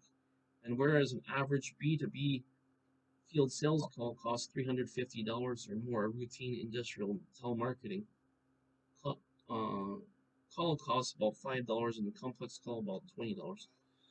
There's different ways of calculating that. Okay, so first of all, what we do is we calculate the total cost of all the employees divided by the time consumed. Sorry, excuse me, divided by the how many employees doing the service. So we took a total cost, we look at all the other overhead factors, then we divide it by how many people are doing it. Okay? And we find that quotient. They said it's $5 or $20. Although the federal government's do not call registry put a dent in the telephone sales to consumers, telemarketing remains a vital tool to many B2B marketers. Okay, so they can use it for B2B marketers, and that law that was passed for the do not call registry, that's basically people who are on the do not call list. And also, as far as I know, unless I'm wrong about this, it doesn't include people as what's called cross selling, which is basically like you already have a business relationship, you already have an account with company, X company is contacting you. Okay, that's cross selling, customer service, different types of things. As it relates to telemarketing, that's cross selling. Okay, that's not cold. What they call cold calling is you don't already have a relationship with or account with the company, and they're contacting you. That's what was banned. It's called cold calling. For some smaller companies, telephone and web selling may be the primary sales approaches. However, larger companies also use this tactic either to sell directly to small to mid-sized customer or help out larger ones. Maybe you need more people to do the same thing. Especially in the leaner times following the recent recession, many companies reduced their in-person customer visits in favor of the more telephone, email, and internet selling. For many types of products and selling situations, phone or web selling may be as effective as personal sales. Depends on depends on the demographic though. For example, Climax Portable Machine Tools, which manufactures portable maintenance tools for the metal cutting industry, has proven telemarketing can save money and still lavish attention on buyers. So if they don't use the internet so much for communication, besides maybe just email or something, then calling is better. If they don't usually use calling, they don't communicate with people in a business context by the phone as much in terms of buying things. And of course, maybe the web is a better solution. It just depends on what the primary mode of communication is. Under the old system, Climax sales engineers spent one-third of their time on the road training distributor salespeople and accompanying them on calls. So these are your higher level people. Remember, I told you they make the blueprint for the sales technique and sales strategy. Now, each of the 5 sales engineers on Climax Inside Sales Team calls about 30 prospects a day, following up on leads generated by ads and emails. Because it takes about 5 calls to close a sale, sales engineers update a prospect's profile after each contact, noting the degree of commitment, requirements, next call date, and personal comments. Oh, if anyone mentions he's going on a fishing trip, or sales engineer enters the sales information system, uses it to personalize the next phone call. Says Climax's president, noting that is one way to build good relations. Another is the first contact with the prospect includes the sales engineer's business card with his or her picture on it. Climax's customer information also gives inside reps about access to customers' information entered by the outside sales force and salespeople. Armed with all the information, inside reps can build surprisingly strong and personal customer relationships. Of course, it takes more than friendliness to sell a $15,000 machine over the phone, as in special orders run $200,000, but telemarketers' approach works well. Sorry. When Climax customers were asked, quote, "Do you see the sales engineer often enough?" Unquote, the response was overwhelmingly positive. Obviously, many people didn't realize the contact they had with the Climax had been on the phone. Okay, so those are some things to keep in mind. Now, we also have another aspect which is called team selling. For purpose of definition, team selling is using teams of people from sales, marketing, engineering, finance, technical support, even upper management to service large and complex accounts. Because we need to understand each aspect of the business as it relates to how the customer will interact with the product or service. Okay? So if it's a service and it's done online, we need IT. Depends on what it is. Now, if it's a product and it's being manufactured, it depends on whether we're manufacturing it or a supplier's manufacturing. So that will be another layer to consider, another aspect to consider. Okay. Also, complex accounts requires more specialized salespeople as well. Now, for team selling, remember that as products get more complex and as customers grow larger and more demanding, a single salespeople simply can't handle all the customer needs. Why? There's too much needs. Either you're not trained on it or there's too much to do.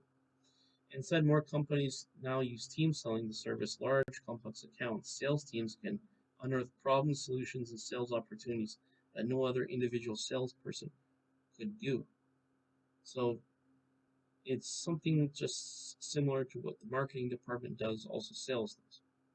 Marketing collaborates with all the other accounts so they can understand how marketing could be best served based upon the resources of the company versus the needs of the customer.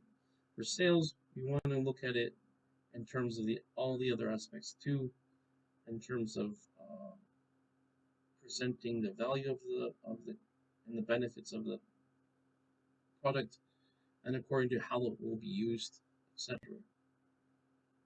And so those are those types of things. How it will be used, its benefits, and also, of course, the uh, the purchasing options as well. Such teams include experts from any area of the selling firm, such as sales, marketing, technical and support services, R&D. So that would be more if you're producing a product. That's research and development. Engineering, basically how you're going to make the product.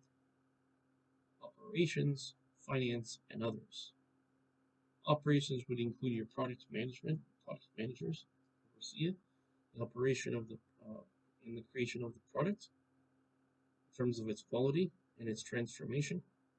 In many cases, the move to team selling mirrors similar changes in customers' buying organizations. Buyers implementing team-based purchasing decisions have necessitated the equal and opposite creation of team-based selling. Okay? That is a completely new way of doing business for many independent, self-motivated salespeople. Says a Salesforce analyst, quote, today we're calling on teams of buying people. And it requires more firepower on our side. Agrees one sales vice president. One salesperson just can't do it all, can't be an expert in everything we bring to the customer. We have strategic teams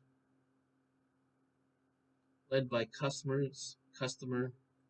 business managers, who are basically our quarterbacks. And just as I said before, if it's a different niche, it's a different specialty, therefore requires a different training and skill set to be able to sell it and be able to support it. That's basically what it is.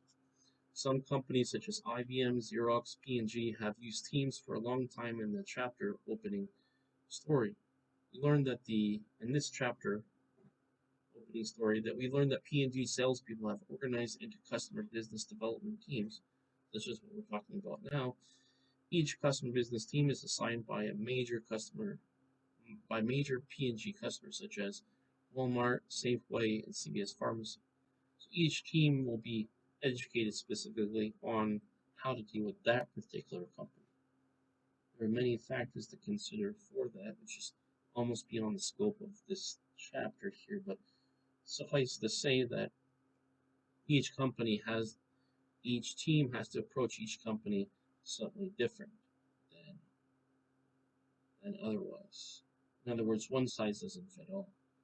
The CBD, which is organization, places the focus on serving the complete needs of each major customer. It lets P&G grow business by working as a strategic partner. What are we doing? We're growing business by working as a strategic partner with our accounts, not just with our supplier. This is our customer. This is customer relationship building. All right.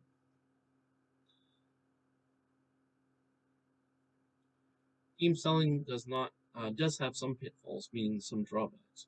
For example, salespeople are by nature competitive and have been trained and rewarded for outstanding and individual performance. Salespeople who are used to having customers all to themselves may have trouble learning to work with and trust others on a team. In addition, selling teams can confuse or overwhelm customers who are used to working with only one salesperson. So from customer's point of view, it's also has drawbacks as well, not just from internal but also external. Finally, difficulties in evaluating individual contributions to the team's selling effort can create some sticky compensation issues. In other words, who do you give the commission to? Where do you divide the commission up? Or how do you determine how much commission each person gets? Okay.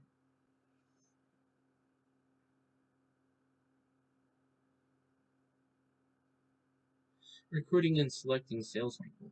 At the heart of the successful Salesforce operation is the recruitment and selection of good salespeople. And the performance difference between average salespeople and top salesperson can be substantial. Of course, depends on their experience, because people coming in with different levels of experience and skill. So that makes a huge difference. And obviously, if you've been with the company versus you have a new employee, you also have more experience and more competency to deal with customers than otherwise. In a typical sales force, the top 30% of the salespeople might bring 60% of the sales, which is very typical. That's 2 to 1. And sometimes actually it's actually sometimes it's 4 to 1. Such as if you've ever heard of the 80-20 rule. 80-20 rule means you get uh, you get 80% of your results. Sorry, yeah, you get 80% of your results with 20% of the effort. The other 80% is actually wasted. That's one aspect of that. And there's another aspect which is if it's positive, if it's negative, it's the reverse. You're getting 80% of your you're getting 20% of your 20% of your results with 80% of your effort. But what normally is that you normally have people, because people on different levels, they provide a certain amount, and then it's graduated based upon that. For example, let's say your top salesperson in department, he's making 10 times as much as the for example, regular person who just started with the company. That would be your entry level. Maybe he's just making, let's say, 1 to 1, as in one is the expectation and one is the performance. So he's making 1 to 1, and as they go up the ladder, they're performing more. Give an example. I know one guy. He was a salesperson. He became a sales executive um, in a company because he was very, very good at sales. The thing is, he started out just regular, then he went all the way up from 1 to 1, or 1 point whatever to 1. He went all the way up to like 5, all the way up to 7 to 1. See, those are different levels. When a salesperson quits, the cost of finding and training a new salesperson, plus the cost of lost sales, which is the opportunity cost, in business terms called opportunity cost, can be very high. Also, a sales force with many new people also can be less productive, and however, and turnover disrupts of course, the important customer relationships. So it actually costs you less to keep people than it costs you to replace them. Not just because of the cost. I mean, not just because of their salary, but because of what you're giving up in addition. So when you lose an employee, you've got an opportunity cost. In other words, what you gave up to what you had to give up to something as a result to get something else. I'm sorry, instead of getting something else, what you had to give up, right? Instead of getting something else, that's an opportunity cost for salespeople. Basically, that's when you have turnover. That's what you're losing out. You're losing out on sales, and you're also losing out on customer relationship, because now the customer has to. That now that you have to have a different employee who has to build up a new relationship with that person, and they may be only comfortable with this person and decide to go with another, excuse me, another company, which will in turn exacerbate the loss of what's happening. So yes, it is. A lot of companies treat it like it doesn't matter, but if you're more indispensable, that basically means that you cannot be. It's too much of a loss for the company to lose you. Well, there's a couple of reasons. Number one, the costs are replacing you, and number two, the market share loss. Because if that customer is only comfortable with you, not someone else, so he's like, okay, I'm only comfortable with them. Guess who I'm gonna I'm going to buy from only the company that he's at, because he's the one that built the customer relationship. So therefore, they're going to go with another company they're going to feel comfortable with because they'll no longer feel comfortable because it's not with the guy he was dealing with. Okay, so that's what it is. Therefore, because they're going to lose the business, they're going to lose market share. What sets great salespeople apart from the rest? In an effort to profile top salespeople, Gallup Consulting, a division of a well-known Gallup polling organization, has interviewed hundreds of thousands of salespeople. Its research suggests the best salespeople possess four key talents. First is intrinsic motivation, what motivates them personally. Their disciplined work style, how disciplined they are in their job. The ability to close a sale, which is just exactly that. And perhaps most important, the ability to build and maintain relationship with the customer, which is the end game, skill and value to the company. Super salespeople are motivated from within. They have an unrelenting drive to excel. Some salespeople are driven by money, desire for recognition, or satisfaction of competing and winning. Others are driven by the desire to provide service and build relationships. Best salespeople possess one of those motivations. They have a disciplined work style, they lay out detailed, organized plans, and then follow through on a timely way. Of course, it's always best if you combine multiple things, because if you just only see it as in person as a sale but not as customer relationships, long term that's not going to be good. Of course, you can't spend so much time with only one customer and not get enough of the time with another customer, so there is a balance. But motivation discipline means little unless they are result in closing more sales and building more customer relationships, just as I just said. So it's two things. Short run sales is how many sales can you get. Long term sales is customer relationships. Okay? You get long run sales, you get repeat business through customer relationships. Super salespeople build the skill and knowledge they need to get the job done. Perhaps most important top relationship are most important is top salespeople are excellent customer problem solvers and relationship builders. So these are your best type of salespeople. They understand the customers' needs. They talk to sales executives, and they describe top performance in these terms, which is good listeners, as I told you before. I said be good at listening to your customer. Be empathetic means you care about how they feel about something, what they think about something. You need to be patient, caring, you need to care about the customer, as in their needs, and be responsive to what they're saying. Top performers can put themselves on the buyer's side of the desk and see the world through the customer's eyes. Exactly. Remember I said think of yourself as the customer. If you put yourself in the shoes of the customer, you put yourself in the position of the customer, then suddenly you'll understand everything. They don't just want to be liked, they want to add value to customers. That is the point. Meaning, why should I do business with you? Because this is the solution that will add value to you. Therefore, this is what you need to do. This is what the salespeople need to do. When recruiting, a company should analyze the sales job itself and the characteristics of the most successful salespeople to identify traits needed by a successful salesperson in the industry. Okay? And it must recruit the right salespeople, as we mentioned before. We need the right salespeople, of course. The human resource department looks for applicants by getting names from current salespeople, using employment agencies, searching the web, placing classified ads, working with college placement services. Another source is to attract top salespeople from other companies. Now, you're going to need to be careful about this. This is called poaching. This is an industry term. It's called poaching. Now, as long as it's not illegal and not unethical, because actually now at the publishing of this book in 2012 it wasn't so much this way, although it was growing.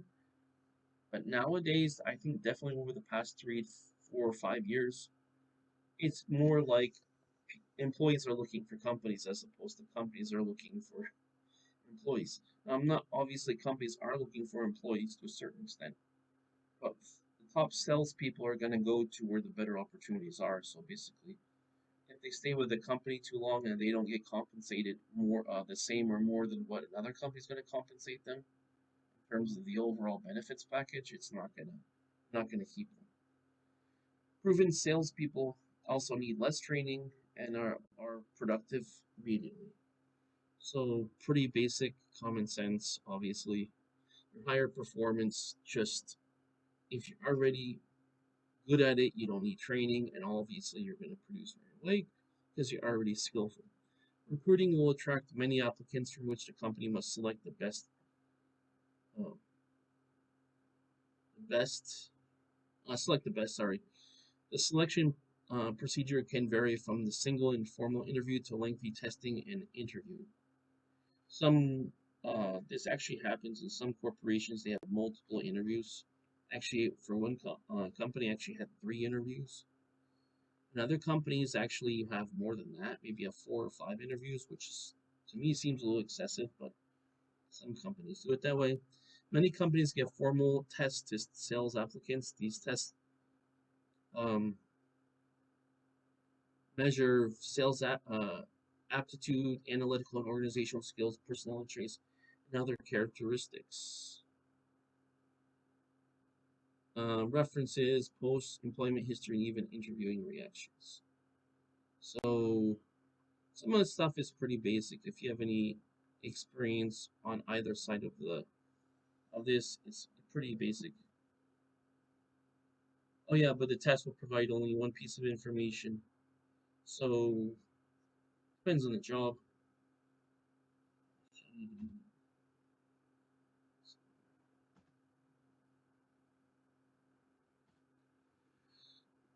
Now we also need to so we've got selection, we need training.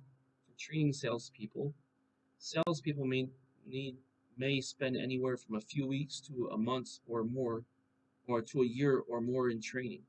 So it depends on what the product is, depends on how much you need to know. It depends on the complexity and the extensive how extensive the product knowledge you need to have.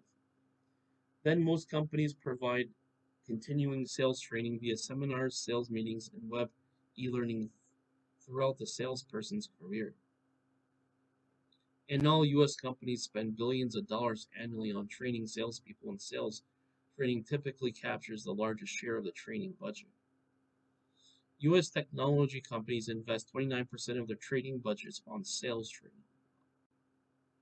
Although training can be expensive, it can also yield dramatic returns, of course. For instance, one recent study showed that sales training conducted by ADP, which is um, it's a payroll service company, it's an administrative service firm, resulted in an ROI of nearly 338% in only 90 days. So this is as of 2020. This is as of 2012. There are more tools, there are more technology now in 2023 than in 2012. But yes, it can be expensive, but it can also yield dramatic returns. I do believe if you have a new employee, unless it's just something that they already out of the box know, you have to have some training because you need to show them the right way of doing it according to how that company wants it done. And then if depending on whether you define as training, just giving sort of a quick 1 day tutorial on what needs to be done, etc., and then all these other issues for the company, HR issues, and everything else. That could be a 1 day thing, so a minimum of a 1 day thing. Training programs have several goals. First, salespeople need to know about customers and how to build relationships with them. That's a big thing. So the training program must teach them about different types of customers and their needs, buying motives, and buying habits. It also must teach them how to sell effectively and train them with the basics of the selling process. Your telemarketing, they often have this training because they have a special way of training it. Excuse me. They have a special way of selling that's effective for that company. So telemarketing often has that. Many sales companies have that. Almost every company would have some sales training, just because they want the employee to sell a certain way. They have deemed that works for them. Salespeople also need to know and identify with the company, its products, and its competitors. So you need to know your product, basically your product line, your product knowledge, and then how it compares to the competitor.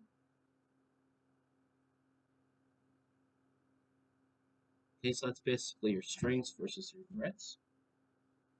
Strengths and threats, and a little bit of opportunities. So that's basically what that is. What you're good at, how does it compare to your competition, which is your threats, and in between those two is your opportunity. So an effective training program also teaches them the company's objectives,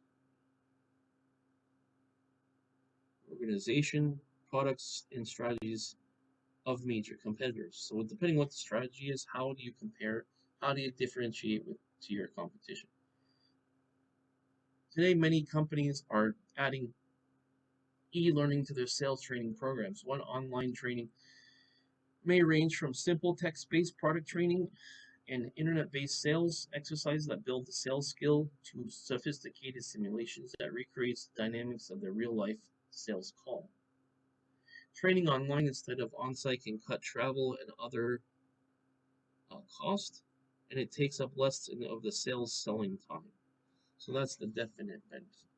Definite benefit for sure. That's definitely a win-win.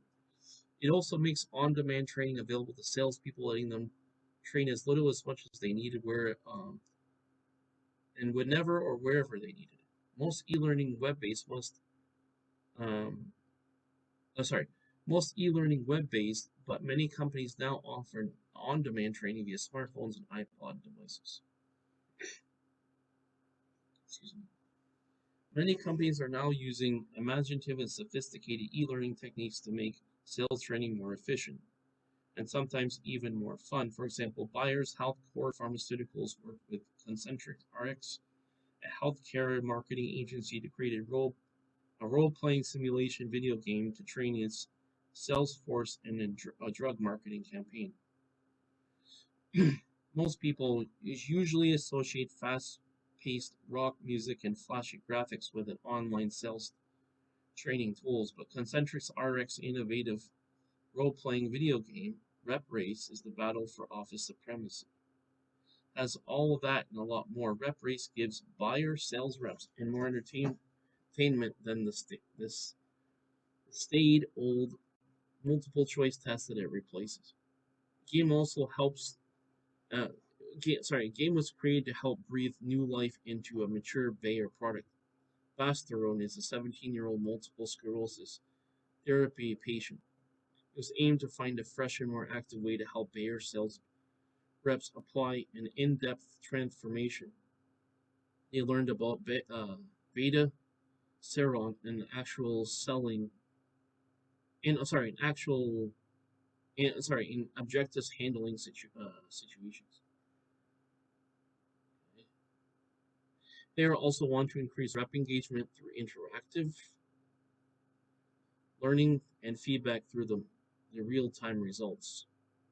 Bayer reps liked Rep Race from the start. According to Bayer, when the game was first launched, the reps played it as much as 30 times. In addition to its education and motivational values, Rep Race allowed Bayer to measure the sales reps' individual and collective performance.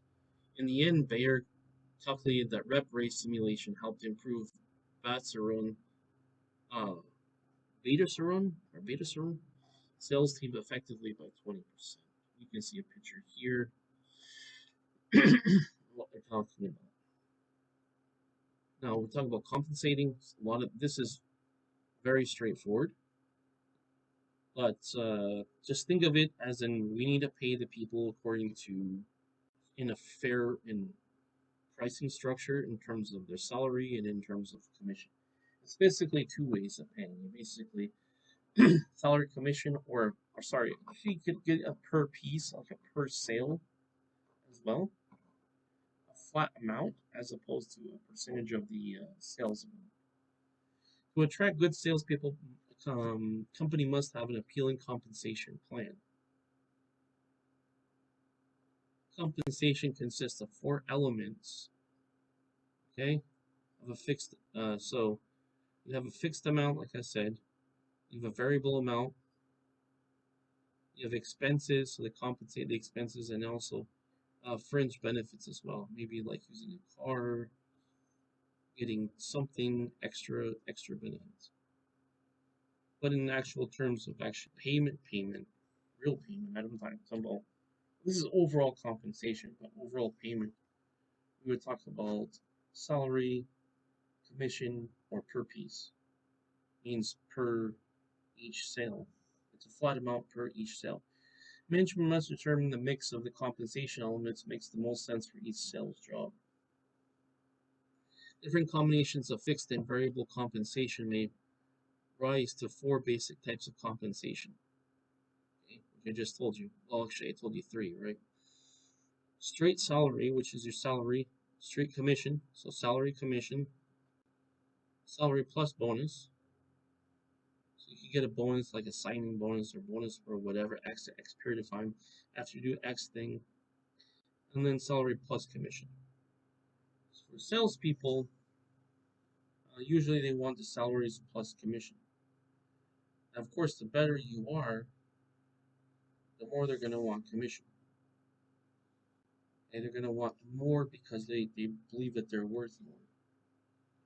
Okay, so, and then bonuses could be if you're with the company X period of time, they give you a certain amount of money.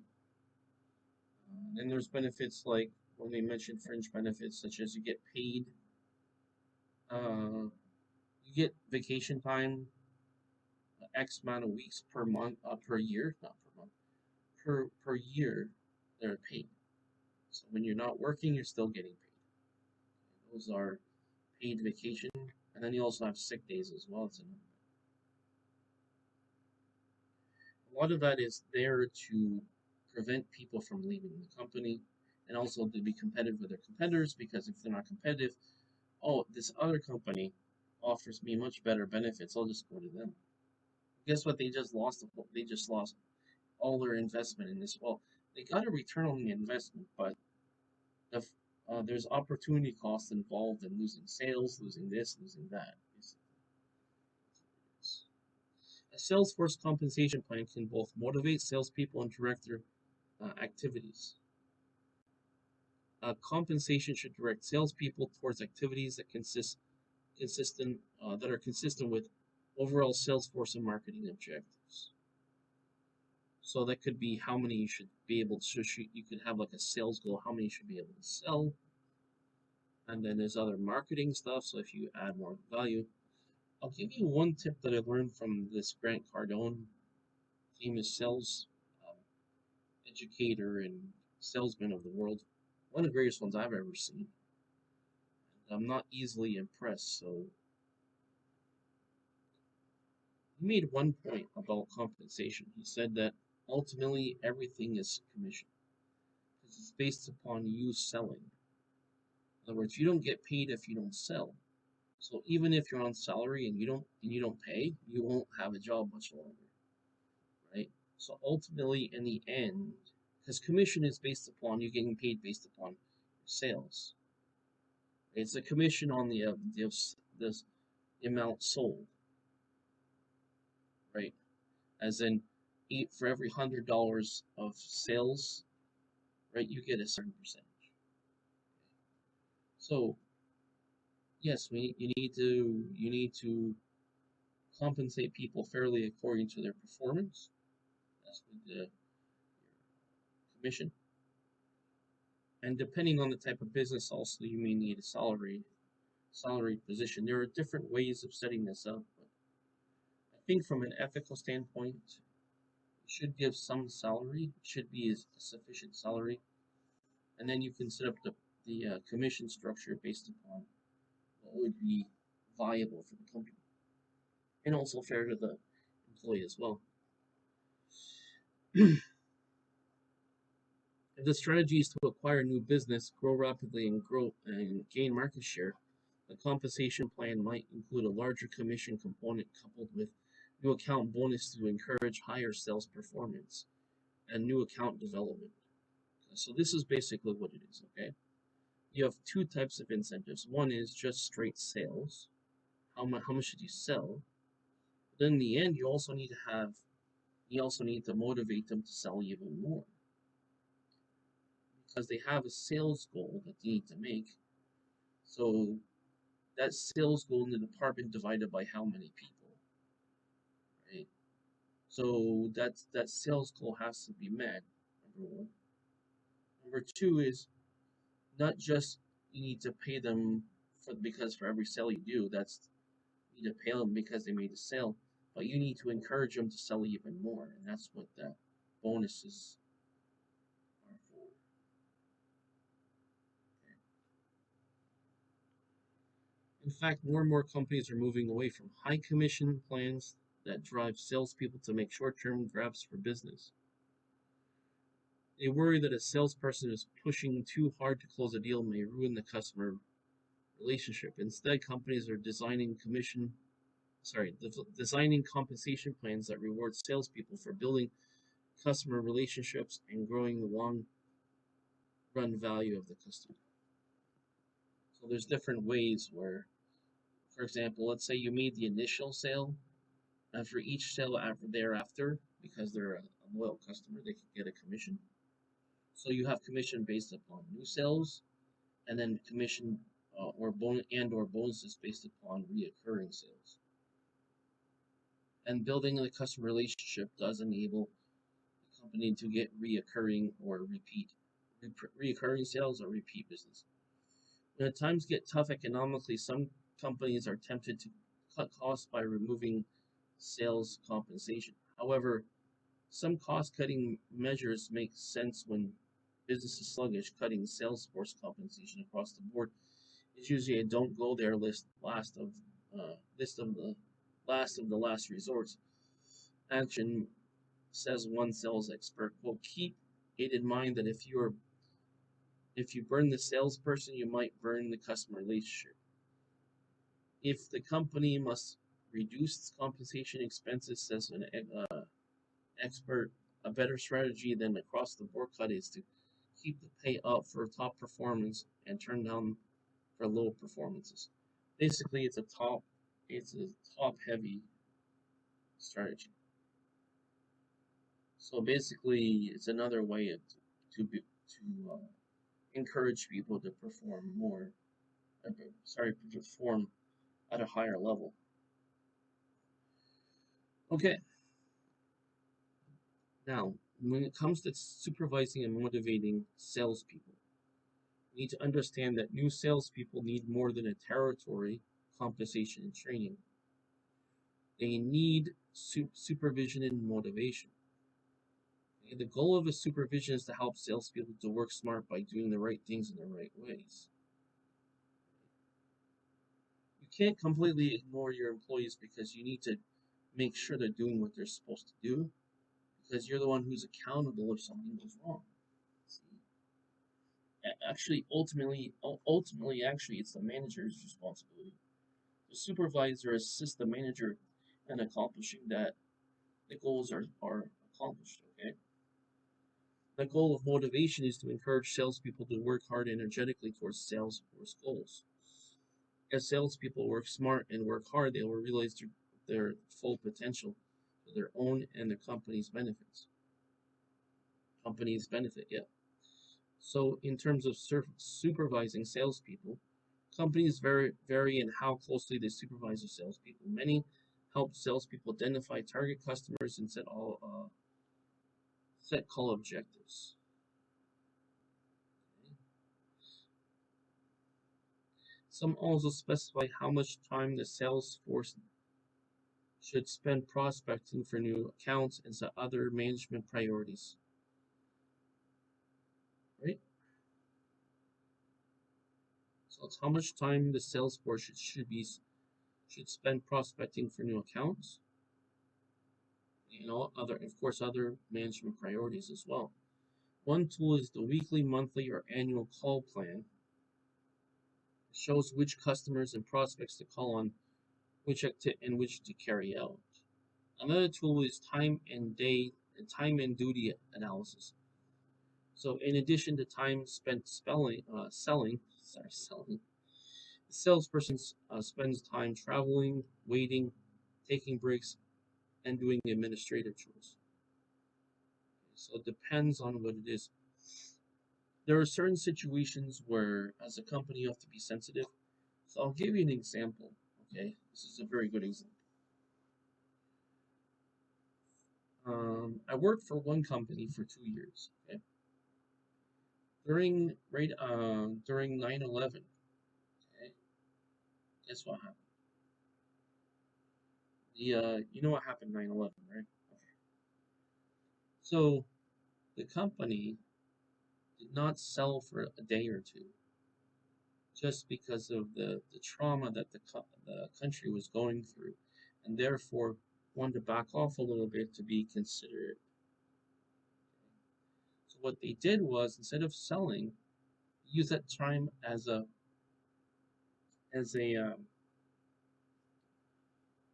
as an opportunity to build,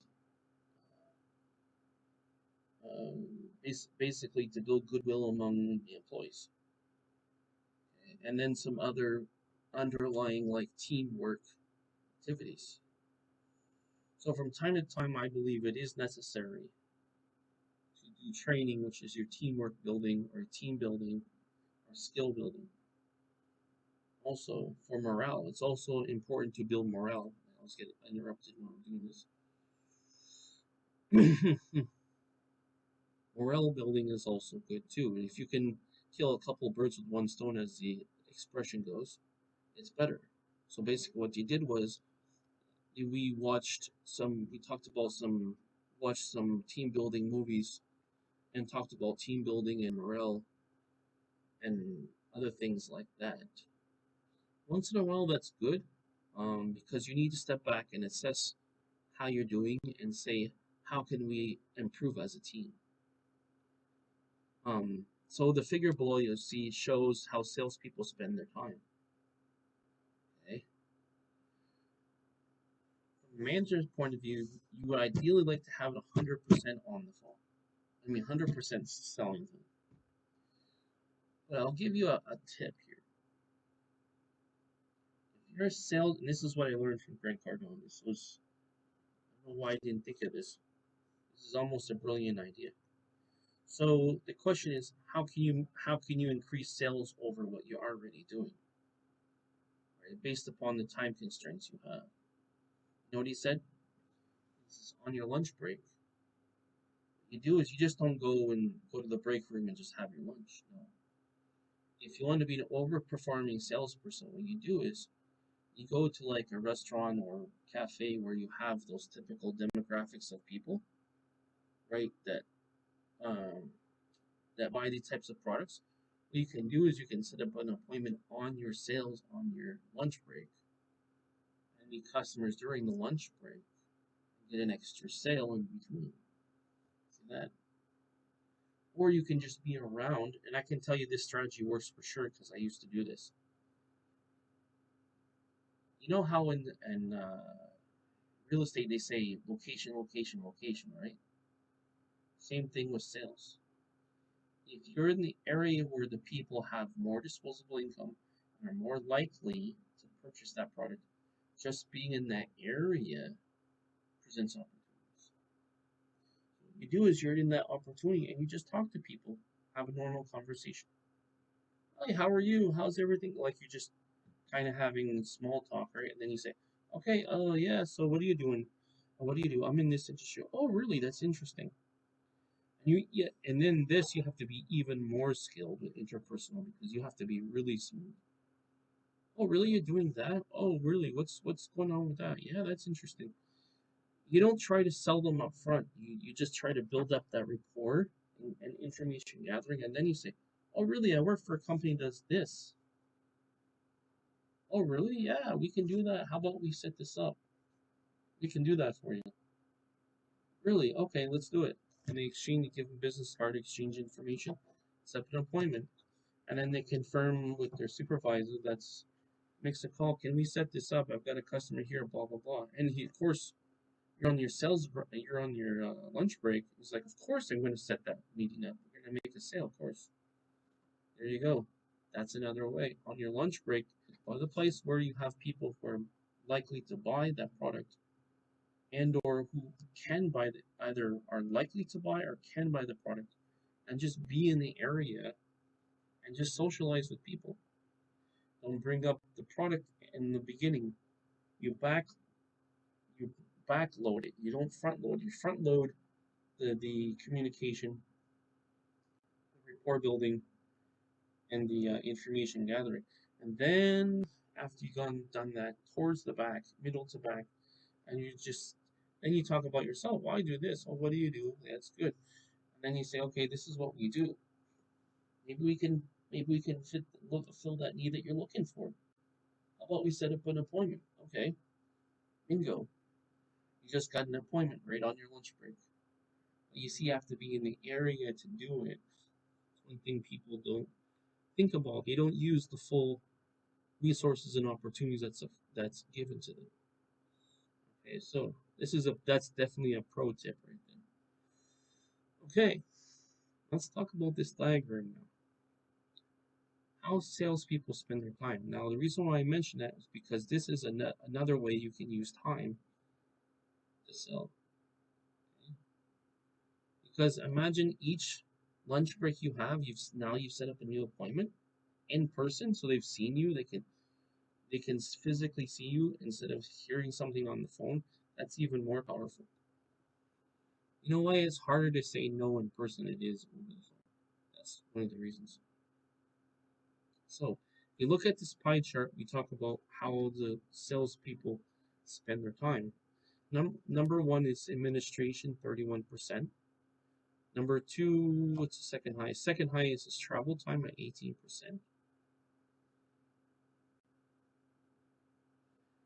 Third is personal downtime. Okay, this is outside of work.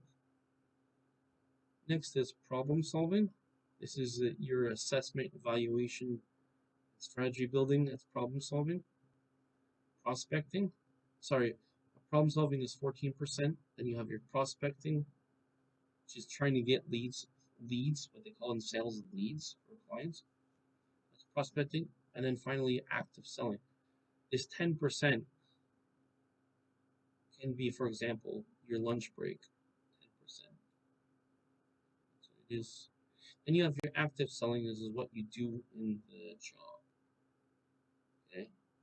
Actually, the active selling should be much more than that. It depends. If you're just depends on your function. If you're traveling salespeople, then definitely you have this travel time. If you don't have the travel time, you can use the 18% towards active selling, prospecting, problem solving, those three things. Okay, especially active selling. So keep that in mind. Many firms have adopted Salesforce automation systems, computerized digital Salesforce operations that let salespeople work more effectively anytime, anywhere. I remember this was something that was revolutionary as of 2012. And then once it becomes an industry standard, it becomes less of a revolutionary thing and more of a standard. Companies now routinely equip their salespeople with technology such as laptops, smartphones, wireless web connections, and webcams for video conferencing and customer contact and relationship management software, otherwise known as CRM, customer relationship management software. Armed with these technologies, salespeople can more effectively and efficiently profile customers and prospects, analyze, forecast sales, schedule sales calls, make presentations, prepare sales and expense reports, manage account relationships. Okay. Result of better time management, improved customer service, lower sales costs, and higher sales performance. Of course, if you're spending more time selling, right, and closing the deal, of course that's going to lead to more performance. What you want to do is, when you go back to this pie chart, you want to take away from some stuff like administration, because your main job is not administration.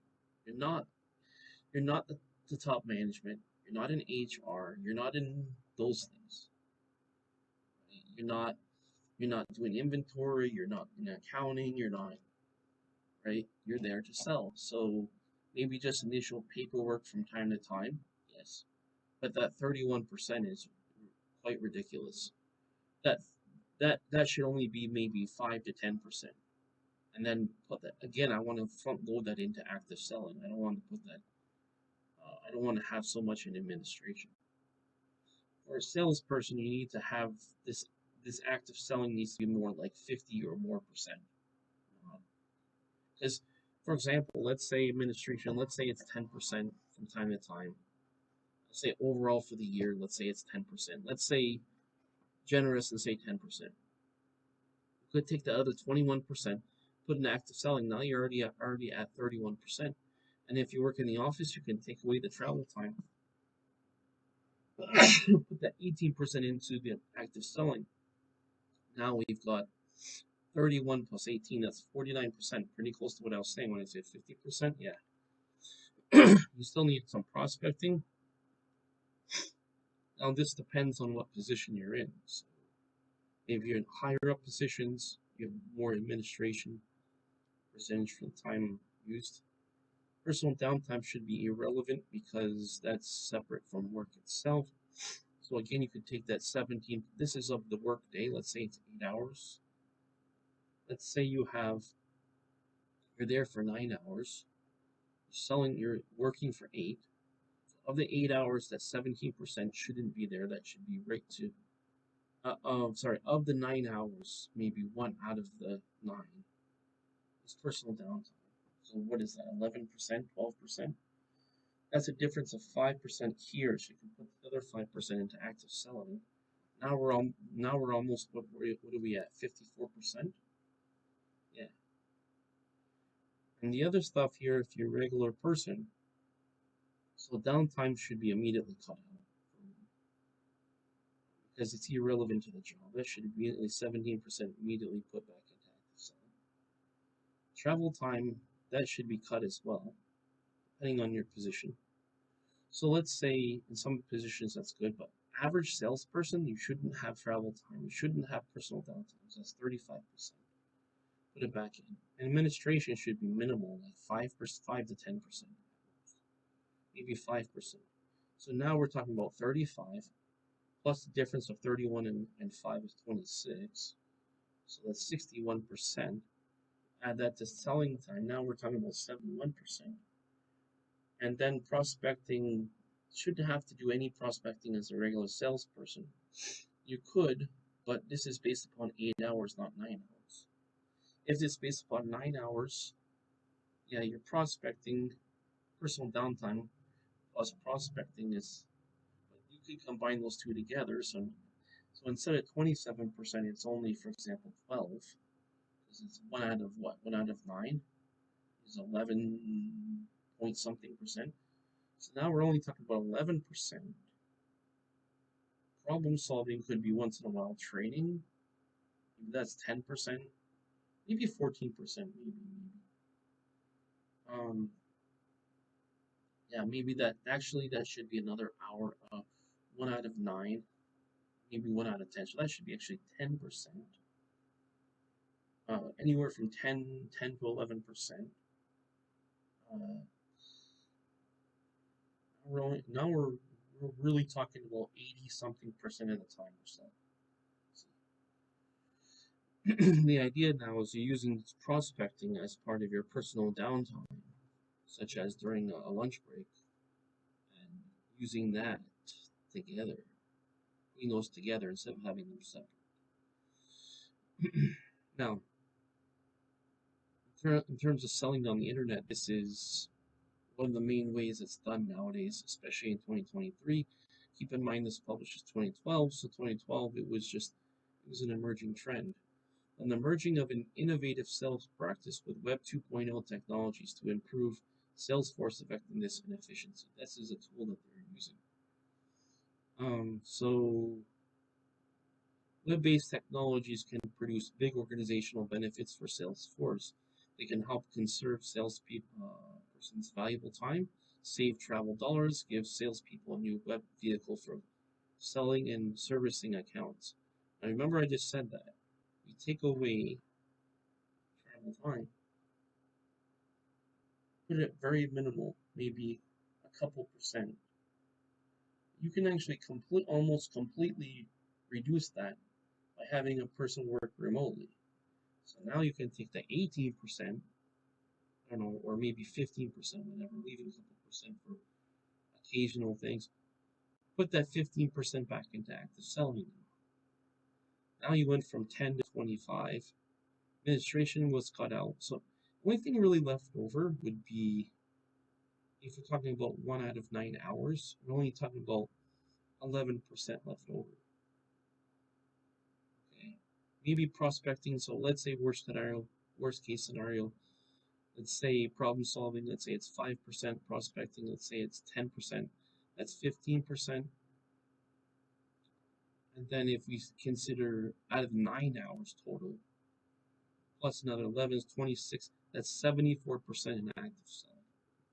If we do it right. So that's what it is. Let's see. For example, sales organizations can now generate lists of prospective customers from online databases and networking sites such as Hoover's and LinkedIn. They create dialogues when prospective customers visit their websites through live chats and sales team. They can use web conferencing such as WebEx or GoToMeeting live with customers about products and services. Okay, so that's one application. Other Sales 2.0 tools allows salespeople to monitor internet and interactions between customers, about how they like to buy, how they feel about a vendor, and what it would take to make up a sale. To make a sale.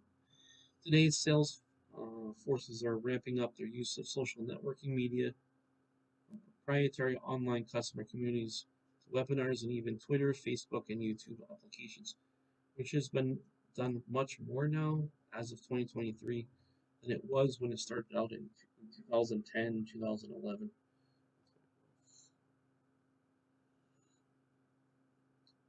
Okay, now let's talk about motivating our salespeople. Okay, also, by the way, if you use technology, there will be some learning curve, which will mean there will be some training. This is where, like I said, you take the sales team, you coordinate with IT. IT will tell you how you can best learn that, how you can best implement that, how you can best use that.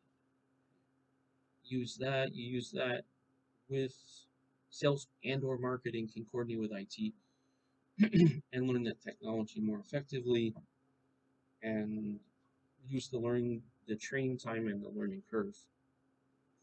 Okay. Now, next thing we need to do is we need to motivate the salespeople. Beyond directing salespeople, sales managers must also motivate them. Pretty basic, right? Some salespeople will do their best without any special urging from management. So these are basically what you call a self-starter. To them, selling may be most fascinating job in the world, but selling can also be frustrating. Salespeople often work alone. They must sometimes travel from home. They may face aggressive competing salespeople and difficult customers. Therefore, salespeople often need special encouragement to do their best. Sales is the difficult job. If you're not really good at it, sales is a difficult job. But the thing is, you cannot close 100% of the time. So some of that will apply. Management can boost sales force morale and performance through its organizational climate, sales quota, and positive attendance. That's definitely true. Um, Organizational climate describes the feeling that salespeople have about their opportunities, value, rewards, and for good performance. So basically, you want to encourage people to perform more. You don't have an incentive and encouragement. What is the reason for doing it? I mean, they're going to go through the motions of selling, but you want them to sell more and sell better. You don't want them to sell at the same level. Even between year to year, you also want to sell more as well. Also, we have a sales quota. Now, this is the measurement to which the expectation of the salesperson that they should sell. And again, that's a standard that states the amount of the salesperson should sell and how sales should be developed or should be divided among the company's products. Pretty straightforward, right? That's your sales quota.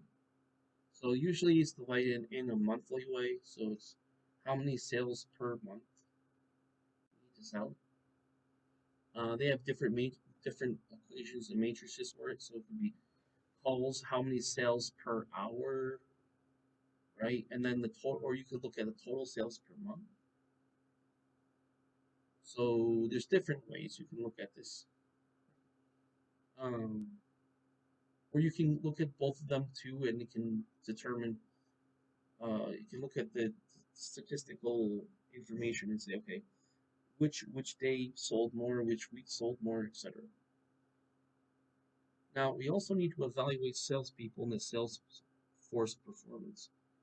That is, we have thus far because we've this thus far described how management communicate what salespeople should be doing and how it motivates them to do it.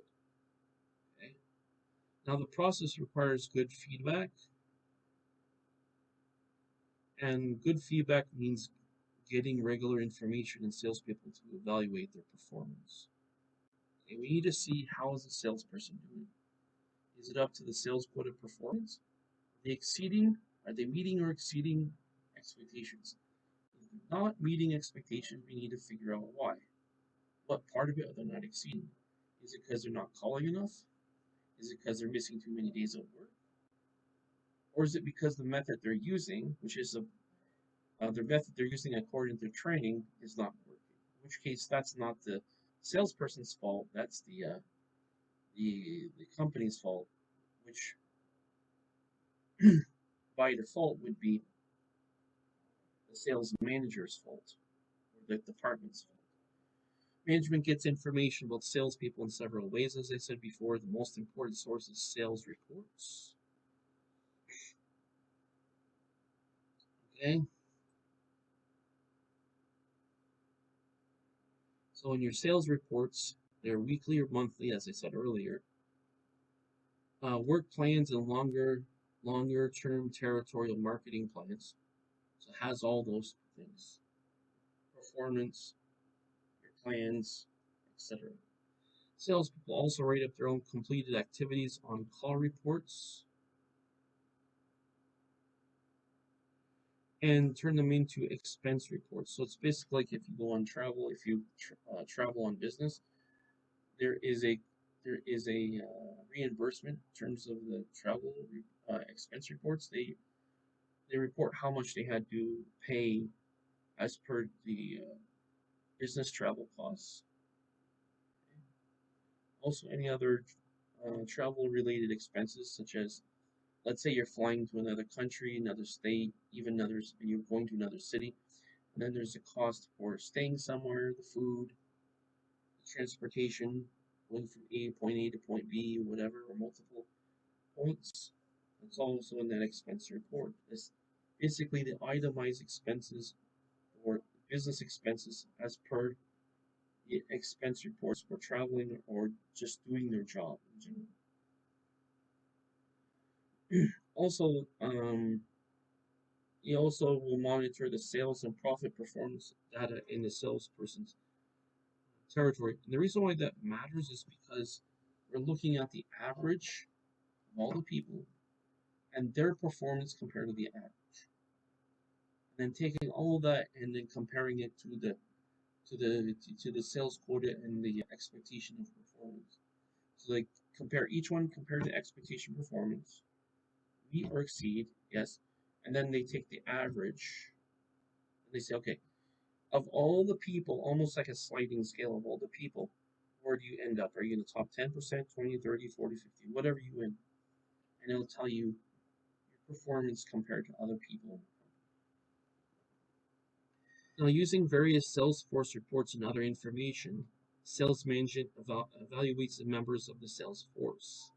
It evaluates the salespeople on their performance to, quote, plan their work and work their plan, unquote. Formal evaluation forces management to develop and communicate clear standards for judging performance, just as I was talking about earlier. It provides salespeople with constructive feedback and motivates them to perform well. That's part of your training time. So you have an evaluated time, maybe it's 1 hour, maybe it's 15 minutes, not too long, maybe it's 15 minutes. You go over the matrices, you go over the data, compare performance to compared to expectation. And then any room for improvement. Of course, there's always room for improvement, especially if they didn't meet the sales goal. How can they help them meet the sales goal? Management should be basically a coach.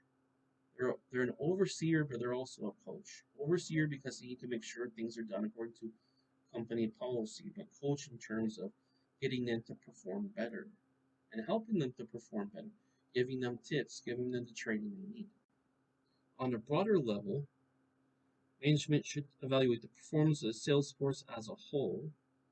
So, how did the team do? Because the manager has a goal for the team, as I mentioned in the beginning of this lesson. I told you that I've done sales before, so I know that is how it goes.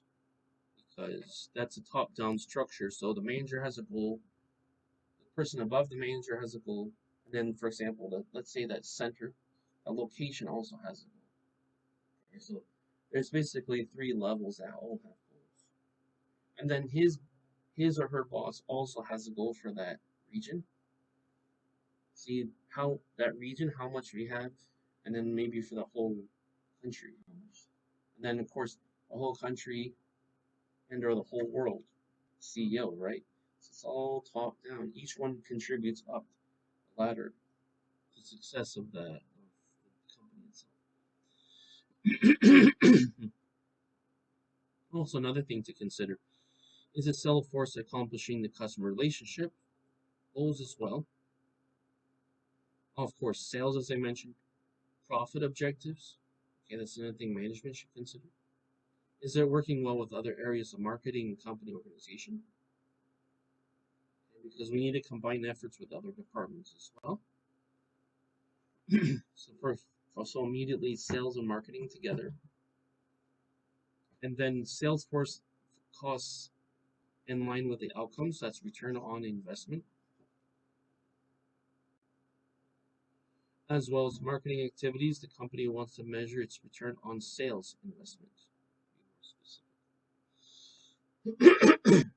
I suppose ROI would be a general accounting and finance idea for the CFO, the chief financial officer, for that one.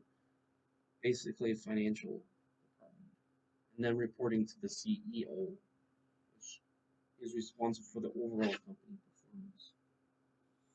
Now, for purpose of definition, we have a couple of terms, but I want to give you the general idea first.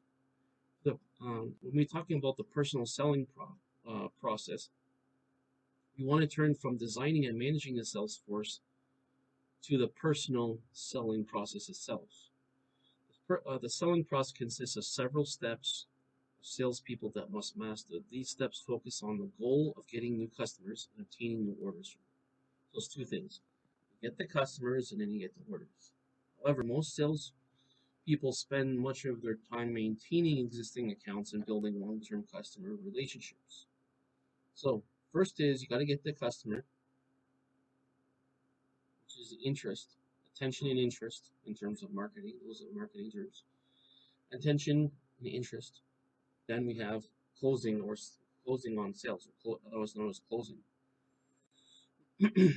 Then, after we have the sales, we want something called reoccurring sales, which is based upon building a long-term customer relationship. That happens over time, but that's where you get most of your money, is through repeat business. Now, in terms of steps in the selling process, let's talk about a couple of terms for purpose of definition. The first one is a selling process, and some of this stuff sounds quite straightforward, but this is just for people who are not familiar with it. I'm just going to say it. For the selling process, that's the steps that salespeople follow when selling, which include prospecting, qualifying, and pre-approach approach, presentation and demonstration, handling and objectives, closing, and follow-up.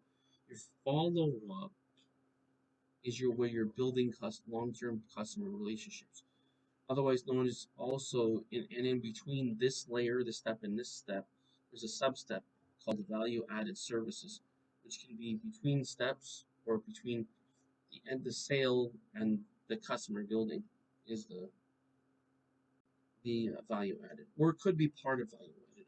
But you've completely before you're able to build a long term is a keyword, customer relationships, you need to have that value added follow up as well. All right, so keep that in mind. We also need to understand prospecting, which is a salesperson or company that identifies qualified potential customers. We need to know who are our potential customers. That's prospecting. Now, in terms of prospecting and qualifying, it depends on the industry. It's more pronounced with finance in terms of loans. Okay, but the idea is where our goal from all that is to develop profitable customer relationships, and through that, we need to have the right kind of customers. That's what we have for qualifying. First is what are all the customers who are available in that market? That's prospecting. Qualifying is who are the customers that who we could build a profitable customer relationship. So it's not just who's available in the market, but who would be most qualified or who's the most likely to build that profitable customer relationship. All right, so remember that prospecting is identifying qualified potential customers, okay, as I said before. And approaching the right potential customers is crucial to selling success. That would have to do, that's your prospect, that's your qualifying, okay? Because in a way, it's also prospecting because who are the customers that are available? If the sales force starts chasing everyone who is breathing and seems to have a budget, you risk accumulating a roster of expensive to serve, hard to satisfy customers who never respond to whatever value proposition you have because this is the wrong demographics of people. He continues, the solution to this isn't rocket science, meaning you must train salespeople to actively scout the right prospects.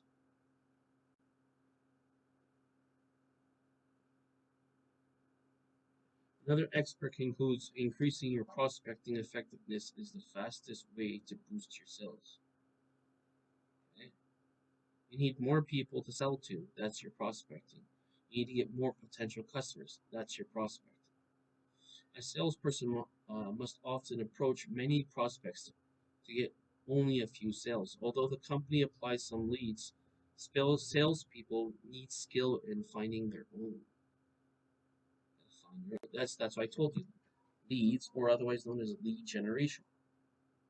These are the people who are potential customers, okay? The best source is referrals. That's true.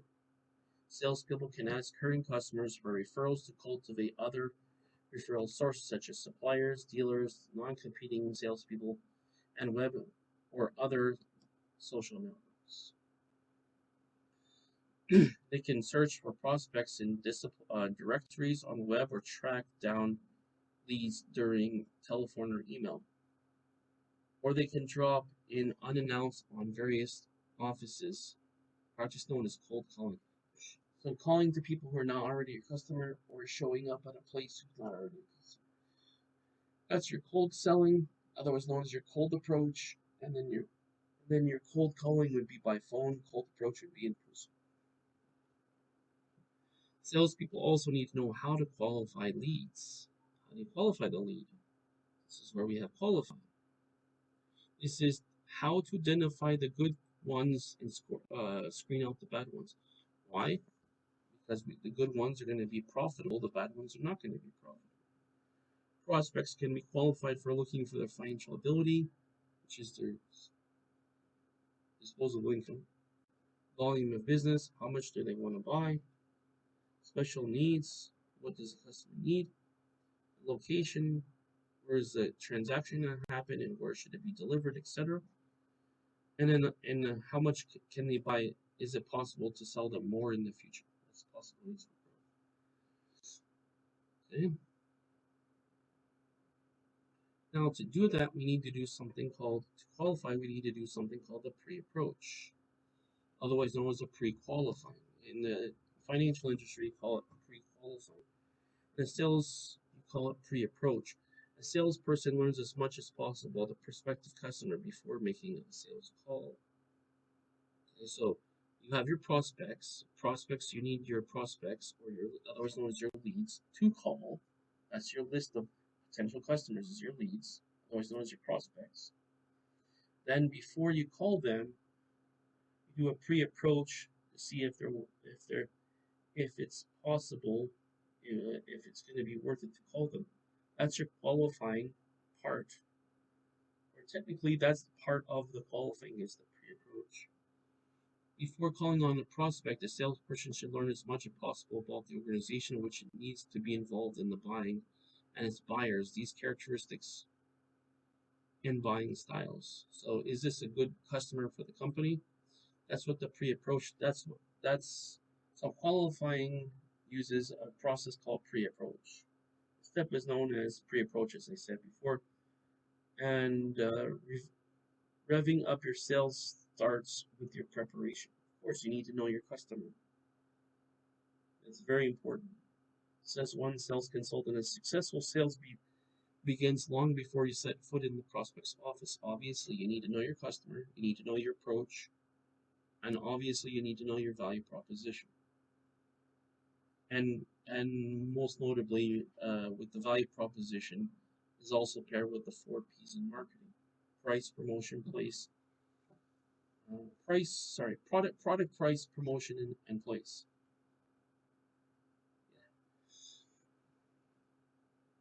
Product or service, that is. Now, pre-approach begins with good research. The salesperson can consult with standard industry, online sources, and acquaintances, and to learn about the company. First thing is, what needs do they have? What problems need to be solved? Second of all, what is their budget for it? Third of all, who's the decision maker? And fourth of all, when can we close the deal? Oh, sorry. Next thing, of course, is when can we set up the appointment to do all that, and then when can the deal be closed? In terms of the selling process, we have a few steps. First thing we need to do is we need to just do what's called prospecting and qualifying, what we were just talking about. Prospecting is basically getting a leads of customers. Qualifying is your pre-approach to do your research about the customer to find out if they're going to be if they can establish and maintain a profitable customer relationship. So, from prospecting qualifying, we have the pre-approach, which I just told you. Then we approach them in person. We'd be approached by phone call, or so pre-approach is your research. Approach is basically your doing by phone or in person.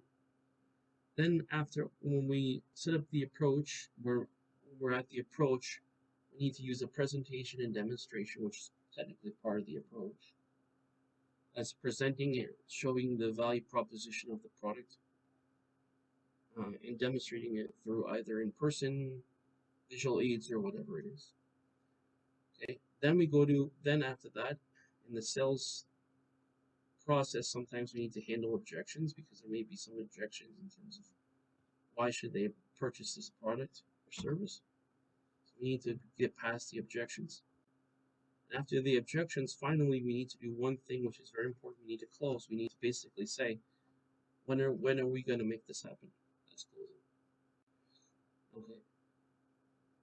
Right, you've done your presentation, you've answered any questions to handle objections.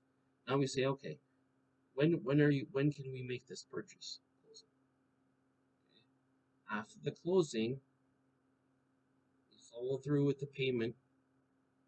Okay, then after the closing, our follow-up is one, going to deliver the product or service for one. Number two, it's going to be value-added services. So we follow through in providing the product or service, and second of all, provide the customer relationship building, customer service, and other things related to that. Okay, when you look at all those 7 steps, we've created we have created a situation where we're building and maintaining profitable customer relationships. Okay, we need to build the profitable relationships and we need to maintain it. Okay, building is getting the sale. Okay, maintaining it is through our value-added services and customer service to keep the customer and to get repeat business. Now,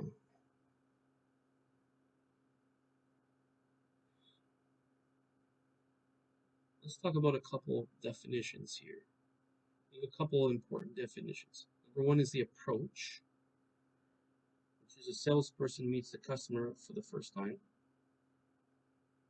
Okay. Now this can be in person or over the internet, over the phone, etc. As I already explained this presentation. It tells a value story, that they have in quotes, value story. The buyer showing the company's offer solves customers' problems. Basically, that why they show that this product will solve their and will fulfill their need and solve the problem that they have. It's done through a formal way that explains things clearly and effectively. Also, I already explained this, but I'll just reiterate this just as per the book. Handling objections, a salesperson seeks out, clarifies, and overcomes any customer objections to buying. So if they have any reservations, objections, saying I don't think it will work, or whatever the reservation is, then we have to address that through handling objections.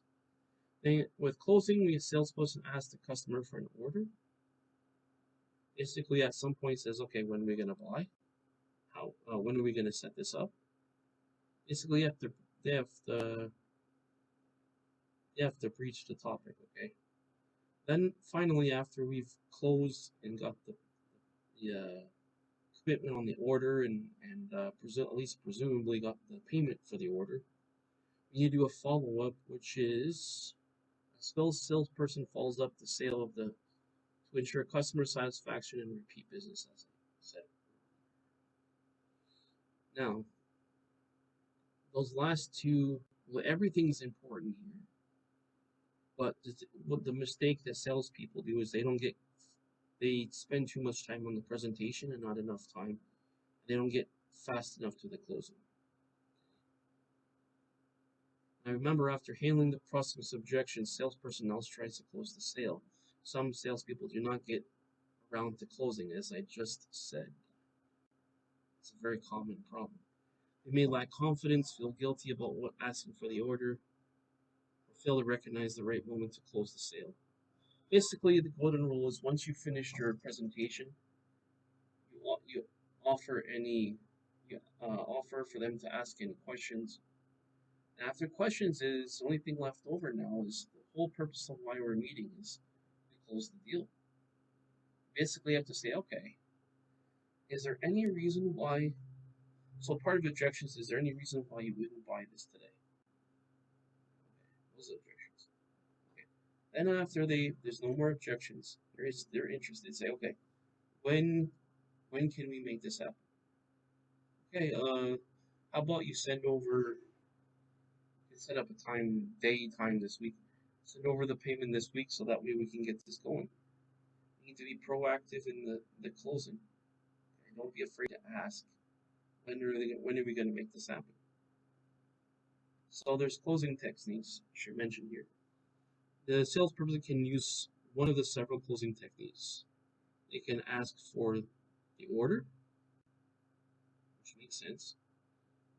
Review points of the agreement, offer help to write up the order, or ask whether the buyer wants this model or that one. Or note that the buyer will lose out if the order is not placed now. This is urgency. This is called an urgency tactic. So basically, yeah. And the salesperson may offer the buyer special reason to close, such as lower price or an extra quantity at no charge. So Remember the follow up. We need to do the follow up because this is where we're building customer relationships. Right after the closing, the salesperson should complete any details on delivery time, purchase terms, and other matters. Right? Basically, it's like, okay, this is how you can pay me. Let's set up the payment, and let's negotiate how this is the purchase service going to be delivered. Okay, and then we're gonna logistically set that up so it's going to happen as immediately, as soon as possible. Like for example, that week.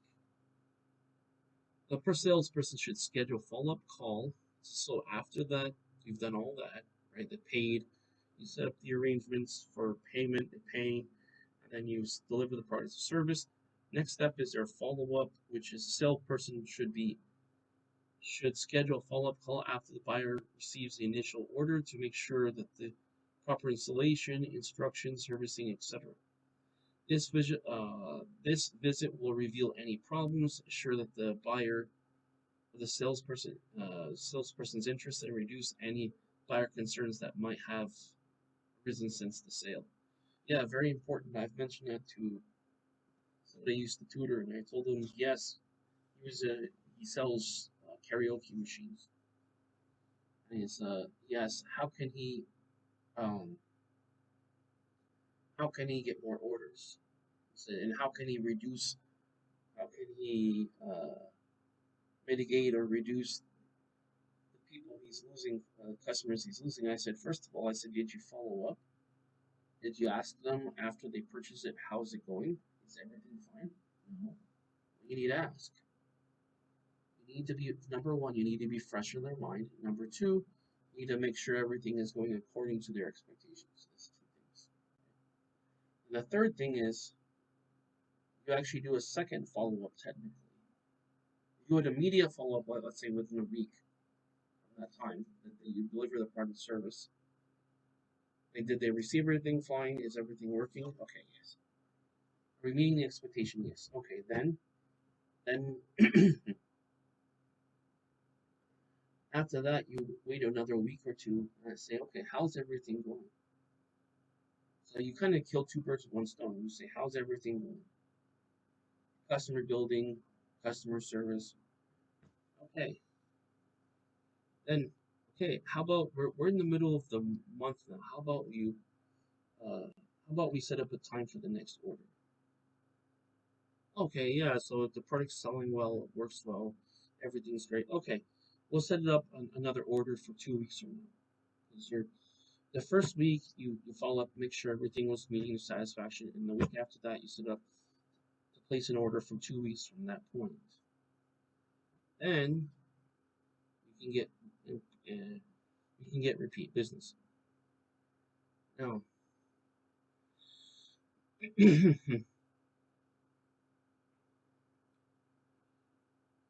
another thing we need to understand is personal selling and managing customer relationships. This is part of the follow up. The steps in the selling process just described are the transaction oriented, but they're aimed to help salespeople close a specific sale with a customer. But in most cases, the company is not simply seeking a sale, rather it wants to serve the customer over the long haul in a mutually profitable relationship. Remember, these relationships based upon a profitable relationship, customer relationship, not just selling to anybody who's not profitable. The sales force actually plays an important role in customer relationship building. And so there's a figure below that shows that the selling process must be understood in the context of building and maintaining profitable customer relationships. So the process starts from the beginning all the way to the end. Today's large customers favor suppliers who can work with them over time to deliver a coordinated set of products and services to many locations. For these customers, the first sale is only the beginning of the relationship. Unfortunately, some companies ignore these relationship realities. They sell their products through separate sales forces, each working independently to close sales.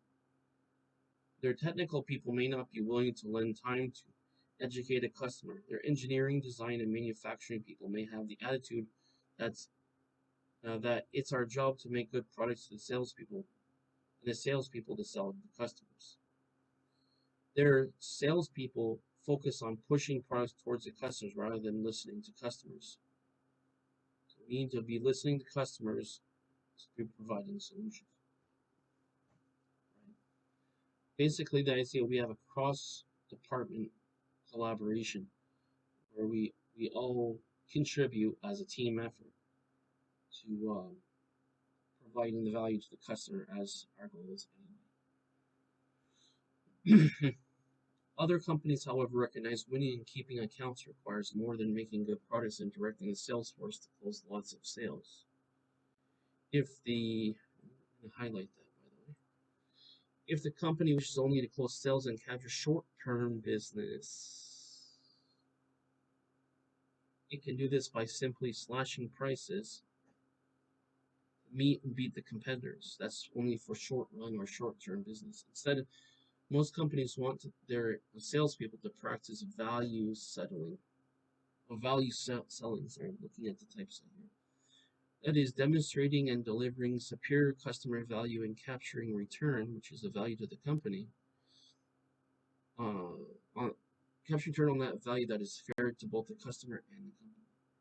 Right? You communicate customer value, and then what you need to do is get value from the customer back in return. Unfortunately, in the heat of closing sales, especially in a tough economy, salespeople often take the easy way out of cutting prices rather than selling value. We need to be selling values. Sales managers' challenge is to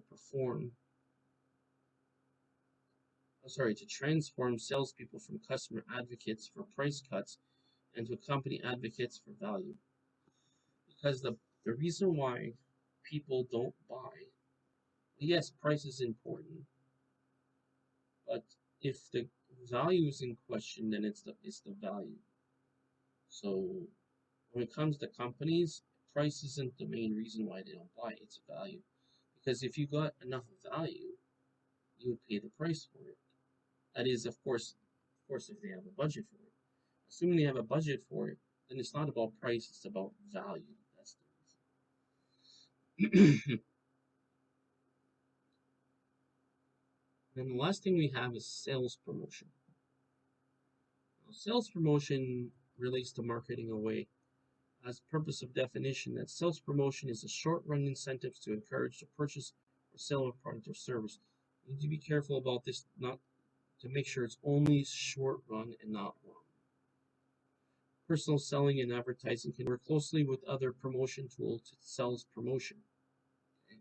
This is where sales and marketing work together on a sales promotion, consisting of short-run incentives to encourage a purchase or sales of product or service, whereas advertising offers reasons to buy a product or service and sales promotion offers reasons to buy now. The idea is buying now, not later. The reason why there's an urgency to buy now is because if they don't buy now, they'll maybe forget about it and then they'll buy from somebody else. Because that's whatever's fresh in their mind. See, I'll give you a pro tip. I read a book about this, a related topic. And one pointer, they were talking about how to get more customers. By the way, I do have a video if you want to watch. It's called 77 Ways to Get New Customers. One of the ways that they said was even when the customer cannot buy now, keeping in communication with them, remind them that the value that you have, and that later when they can buy, they will buy from you. Why? Because they are reminded of the value that they offer. See, it's all about value. See, that's the reason. Now, in terms of rapid growth of sales promotion tools are used for most organizations, including manufacturer distribution or distributors, retailers, and not-for-profit institutions.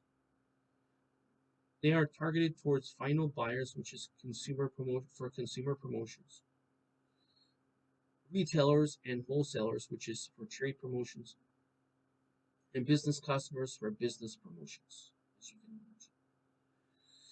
The members of the sales force, which is a sales force promotions,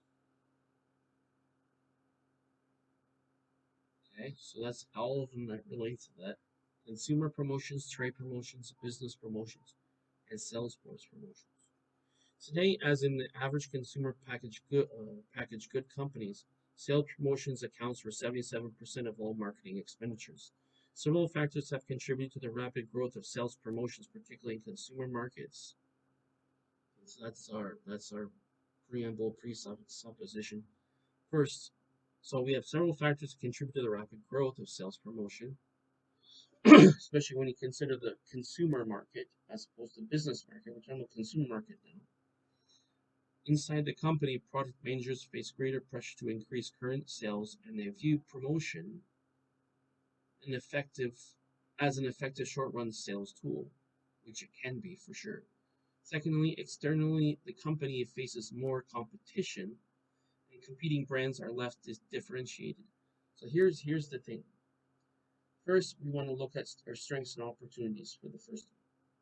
Second of all, we want to look at it as opportunities and threats for the second one, because our competition is a threat, but also at the same time we have an opportunity if we can differentiate our product from the competition. So that's opportunities and threats.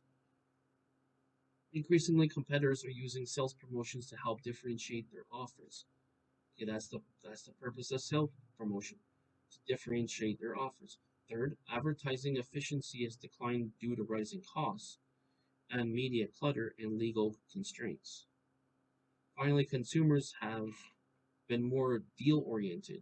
In the current economy, consumers are demanding lower prices and better deals. Sales promotions can help track today's more thrift attracted consumers. And this was as of 2012 when the economy was coming out of a recession. But in general, if we're looking at it in terms of a principle, it is during bad economies, you also have that as well. Now, the growing use of sales promotion has resulted in promotion clutter, which means there's too much of it all in the same area. Similar to advertising clutter, which is too much advertising in the same area. A given promotion runs a risk of being lost in a sea of other promotions, weakening the ability to trigger the immediate purchase. Manufacturers are now searching for ways to rise above the clutter, such as offering larger coupon values, creating more dramatic point of purchase displays, or delivering promotions through interactive media, such as by internet or cell phone. So this was again as of 2012. As I told you before, when we finish this whole course, I will talk about the up-to-date one and give you the newer information. Okay, and I'll do this chapter by chapter, anything updated for each chapter. But remember that adding convenience, that's a value-added service, convenience. When you add a value-added service, now you become competitive. Okay?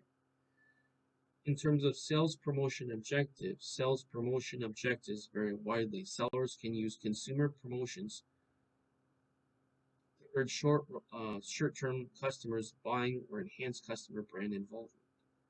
You have more people involved in buying promoting the brand, giving testimonies about the brand. Also, more people in the short run buying the product. Objective for trade promotions, and this is relates to trade promotions, includes getting retailers to carry new items and more inventory. Buy ahead or promote the company's products and give them more shelf space. For this, sales force objectives, sales force objectives, including getting more sales support for current or new products, or getting salespeople to sign up new accounts. Now, one way that they do this is something called a pre-sale. And a pre-sale is basically saying before it's released to the actual product or service is released publicly to the market, you can buy it in advance. So that's one way that they do it. What's called a pre-sale, and the promotion for a pre. So that's where you get your promotion. That's good because okay, I can get this early. You don't actually get the product service delivered to you until it comes out.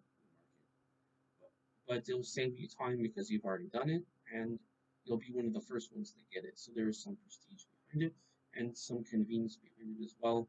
In addition to that, the promotion is to give them a discount, maybe a small discount on it, or other value-added additions to the product or service. Sales promotions are usually used together with advertising, personal selling, direct marketing, and other promotion mix tools, as we talked about in the beginning of the chapter. Consumer protections usually, consumer promotions, must be usually advertised and can add excitement. Okay, and pulling power to ads. Trade and sales force promotions support the firm's personal selling process.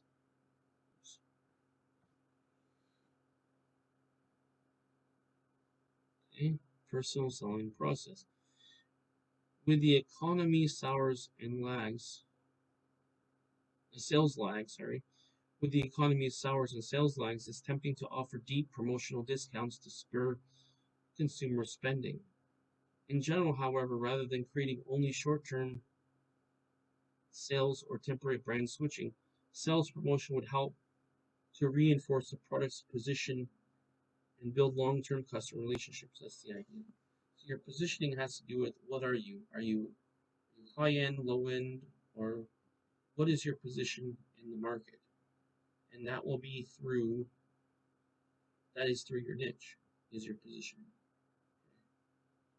Because it wouldn't be your segment, because it'd just be like, okay, segment is these kinds of cafes. Okay, what specific kinds of cafes? Okay, that's your niche. It's not just cafes, not just restaurants. It's types of cafes or restaurants. If properly designed, every sales promotion tool has the potential to build both short-term excitement and long-term customer relationships. Marketers should avoid quick fix, price only promotions and favor promotions that are designed to build brand equity, means brand value. Examples of this: various frequency marketing programs, loyalty cards have mushroomed into in recent years. Most hotels, supermarkets, and airlines offer frequent guest buyer flyer programs to give rewards to regular customers to keep them coming back. All kinds of companies now offer rewards programs. Okay, this is a promotion to get people to buy more or to buy up front loaded for a pre-sale. Such promotional programs can build loyalty through added value rather than discounted price. This is a way to do it. For example, Starbucks suffered sales setbacks resulting from the recent economic downturn, coupled with the introduction of cheaper gourmet offers by a host of fast food competitors. Starbucks could have lowered its price or offered promotional discounts, but deep deep discounts might have damaged the chain's long-term premium positioning. That's why. Premium positioning. Okay. So instead, Starbucks drops its price only slightly and ran ads telling customers why its coffee was worth a higher price.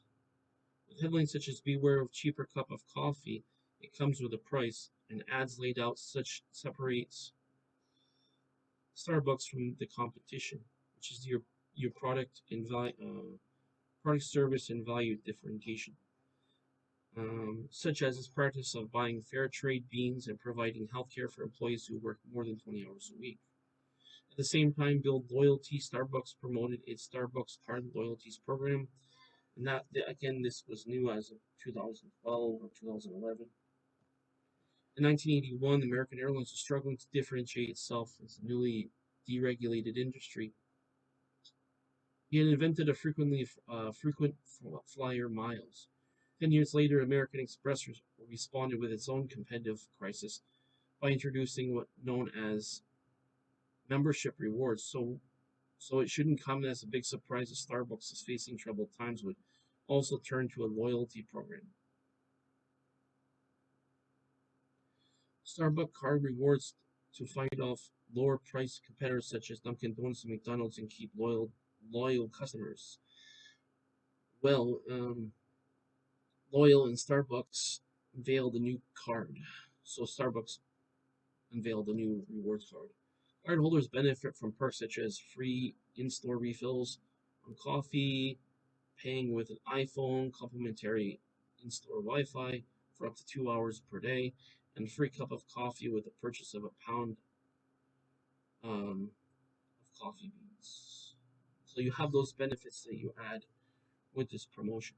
Such perks increase customer value without big discounts or price reductions, which is the point. Quote, there is a need for Starbucks to win back customers, unquote. Says a loyalty marketing consultancy, the meaning the loyalty card is a vehicle for doing that.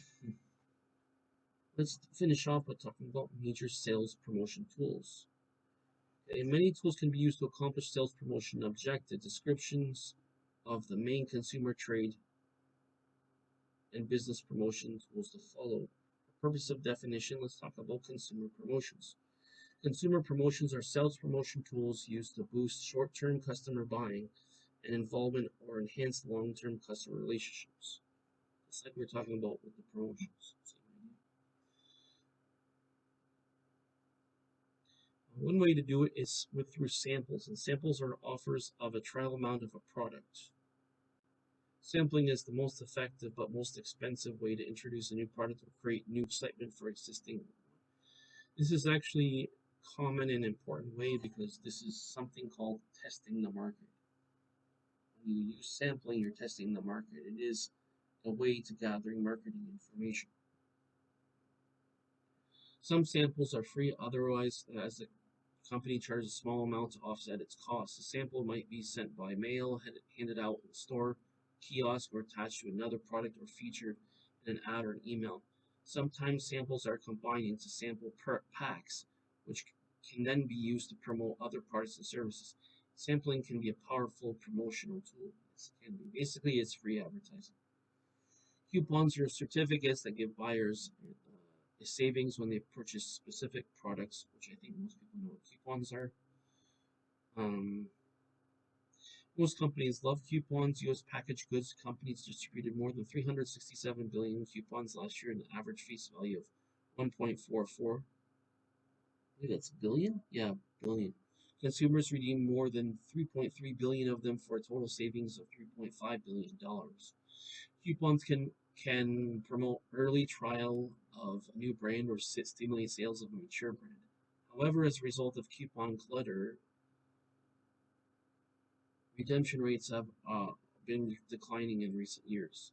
Thus, a major consumer goods companies issues fewer coupons and targeting them more carefully.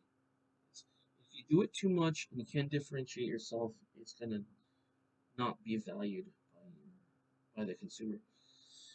You also have outlets. Marketings are also cultivating new outlets for distributing coupons, which are such as supermarkets, shelf dispensers, and so on. The other way is through cash refunds, like coupons, except that the price reduction occurs after the reseller purchase rather than the retail outlet. They're otherwise known as rebates. We also have price packs, also called as cost cents off deals. Consumer savings off the regular price of a product. Producer markets the reduced price directly to the label or package. Price packs can be single packages sold at reduced prices, such as two for the price of one, or two related products band together, such as a toothbrush and toothpaste. And that's called bundling. That's the term, bundling. Price packs are very effective, even more than coupons, in stimulating short-term sales. Premiums are goods offered for either free or low cost, an incentive to buy a product, ranging from toys included with the kids' products to phone cards with DVDs. It's similar to price packs where there's bundling happening, but premium may come included in a package pack outside the package. So difference between a premium and a price packs is that it's not saying how much you're getting for one, like as in you buy two, you get one. It's just saying that it's just something that just comes with it. Okay, so yeah. Basically it's offered as a bonus as opposed to seeing that they're paying for two and getting one. similar but different. You can use it as an ongoing promotion mix like McDonald's has with Happy Meals, right? They're paying for the cheeseburger and the little fries and the little drink, but then they get this little toy or something that comes with it. That's premiums. Also, you have advertising specialties. Advertising specialties, also called promotional products, are useful articles imprinted with the advertiser's name, logo, or message are given out to consumers. These are your freebies, promotional freebies you have during events. Typical items include t-shirts, other apparels, pens, coffee mugs, calendars, key rings, and other mouse pads and matches, tote bags, coolers, golf balls, and caps. U.S. marketers spent more than $18 billion on advertising specialties last year. Such items can be very effective because, again, it's free advertising. Best of them stick around for months, possibly burning a brand name into a user's brain. They said that cool brain. Burning a brand name into user brain, basically to getting them to remember it. That's notes a promotional products expert. We also have points of purchase, which is POP. That's promotion. That's also otherwise known as promotions. Include displays and demonstrations that takes place at point of sale. So that can be they can accomplish a couple of things. It can be accomplish an upsell where you're gonna buy more as part of the promotion. Okay, so for example, you get a better deal if you buy more. That's called upselling. So if you think of any of the places like Costco, Safeway, they all Bed and Bath, Beyond, blah blah. Although I think they've this is 2012. They have promotional signs, the things in the aisles where they have these types of things. Also, like for example, Costco, they have demonstrations where they show you how something is made, how it's used, or they have like a sample size you can have. Contests and sweepstakes, you know what that is. Games give consumers a chance to win something, and that also gets the word out, such as cash trips, goods by luck, or through extra effort. Contest calls for consumers to submit an entry, a jingle, guess, suggestion, or be judged by a panel that will select the best entries. So that's your brand interaction, your brand that's getting the customer to contribute to the brand. So that's definitely one way. They also have games like bingo or other things like missing letters. People can participate, it's fun, they get to win a prize.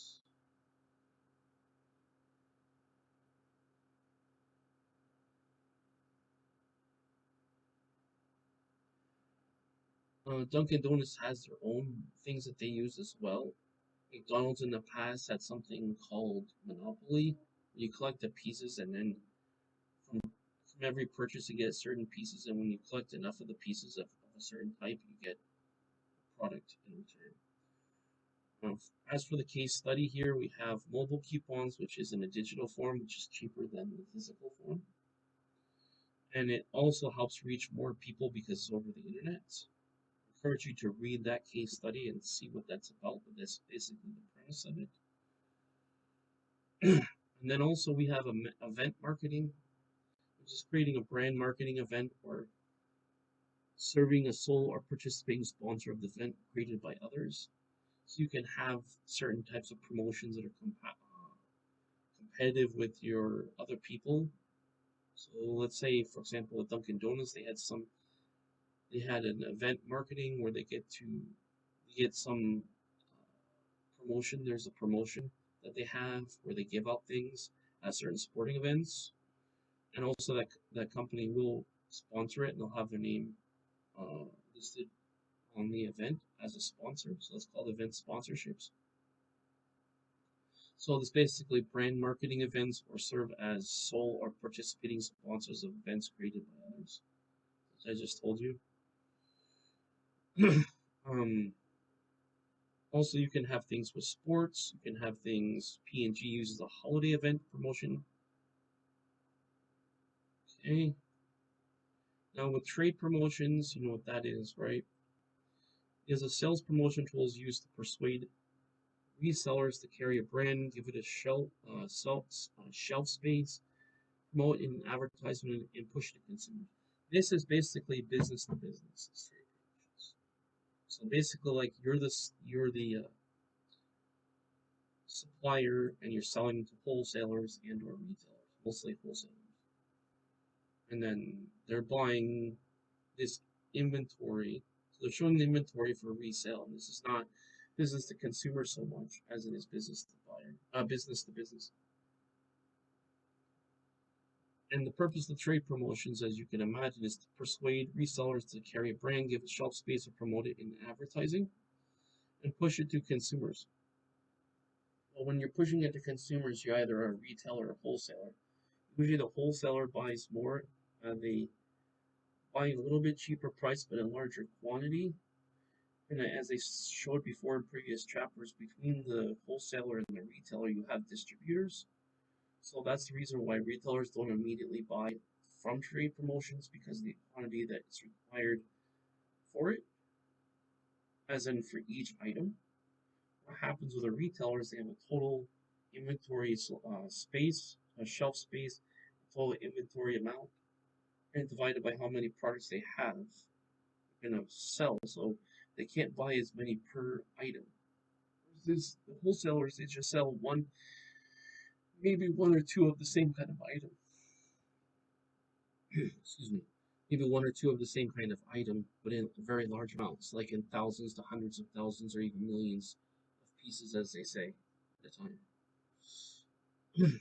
Also, you have business promotions, sales promotions, uh, tools used to generate business, leads to stimulate purchases, rewards customers, and motivate salespeople. This is also for your trade shows as well. You have the business promotions, and then the last thing is, an important thing is, you need to develop a sales promotion program. Beyond selecting the types of promotions to use, marketers must make several other decisions in redesigning a full sales promotion program. So in other words, before you have the promotion, you have to have the promotion program. First, they must determine the size of the incentive. A certain minimum incentive is necessary if the promotion is to succeed, obviously. A larger incentives will produce more sales response, of course, because they get more value, as they say, value for value. The marketer must also set conditions for participation. That is, incentives must be offered for everyone or only in select groups, depending on your demographic. Marketers must determine how to promote and distribute the promotion program itself. So, in what venue, in which way are we displaying and communicating value? Are we doing it through a trade show? Are we doing it through a promotion? Or how are we doing it? Or also, we could be doing it through coupons, as it mentions here. Okay. The length of the promotion is also important, because we don't want to do it for too long, as there's a risk of damage to the brand. So if it's too short, you won't get enough prospects. If it's too long, it risks damaging the brand.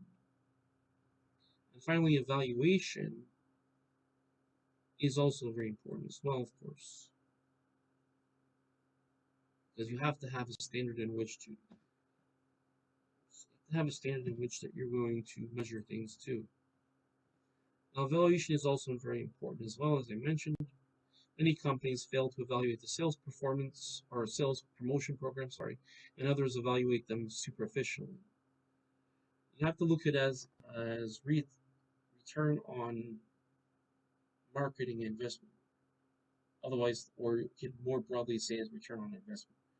Yet marketers should work to measure the returns on their sales promotion investments, otherwise known as a sales promotion investment, and should seek to assess the returns of other marketing activities. The most common evaluation method is to compare sales before and after the promotion, which is again common sense. You do something, what is your sales now? and after the promotion, what are your sales then? So to know that you have to assess what was the influence or impact that this promotion had on your sales. Did it decrease sales or did it increase sales? If it increases sales, how much? Okay. Marketers should ask, did the promotion attract new customers or more purchasing from current customers? Can we hold on to these new customers and purchases? That's for repeat business, profitable customer relationships. Will the long run customer relationship and sales gain from uh, sales gain from promotional to justify its costs? Okay, that's a return on your sales investment or marketing investment. Clearly, sales promotion plays an important role in the total promotion mix, as I said in the beginning. To use it well, marketing must define the sales and promotion objectives, select the best tools, design the sales promotion programs, and implement the program and evaluate the results. Okay? Promotion objectives, tools, design, promotion program, implementation, and evaluation of the results. Moreover, sales promotion must be coordinated carefully with the promotion mix elements within the overall integrated marketing, the IMC. Okay? Now, just as a quick review, just to make sure that you understood everything. There are four objectives we need to make sure that we understood. Number one, we need to be able to discuss and understand the role of companies, salespeople in creating value for customers and building customer relationships. Number two, we need to identify and understand and be able to explain the 6 major sales force management steps. And for the third objective, we need to be able to discuss and understand the personal selling process, distinguishing between the transaction-oriented and marketing and relationship marketing. And of course, we need to make that distinction and contrast between those. And for the fourth objective, we need to be able to explain and understand how sales promotion companies are developed and implemented. Now, for the last thing is for objectives, we need to remember and under need to remember the definition of the following objective terms. Personal selling. For objective 1, it's personal selling and salesperson. For objective 2, sales force management, territorial sales force structure, product sales force structure, customer for market sales force structure, outside sales force, otherwise known as field sales force. Inside sales force, team selling, sales 2.0, and sales 4.0. For objective 3, we need to remember the meanings of the following words: selling process, prospecting, pre-approach, approach, presentation, handling objections, closing, and follow-up. That's for objective 3. Now our last objective is objective 4, which is sales promotion, consumer promotions, event marketing, trade promotions, and business promotions. All right, so you need to remember the definitions for those. You have extra things you can do here in terms of applying the concepts, extra things you can look at. If you'd like for extra practice, you can go through that. Now, that will about end it for now for this lesson. I would like to thank you for watching this video. I know that you got value from it. If you can apply the concepts and principles from this chapter, it will definitely help your sales promotion, and your personal selling. First, I'd like you to click like on the video. That way it'll be pushed to the algorithm and more people would be able to see it and benefit from the principles that are laid out in this chapter. Also, if you haven't seen the other 15 chapters, I recommend you watch those because this is a cumulative and building principle book where these ideas are based upon previous ideas. If you haven't already, please click subscribe. That way you'll be able to see all my videos on this channel, as I do have a variety of content on this channel. And also, if you haven't already, please click the bell button. That way you'll be notified of all my future videos. I would again like to thank you for watching this video. I do wish you a great day where you are. Take care.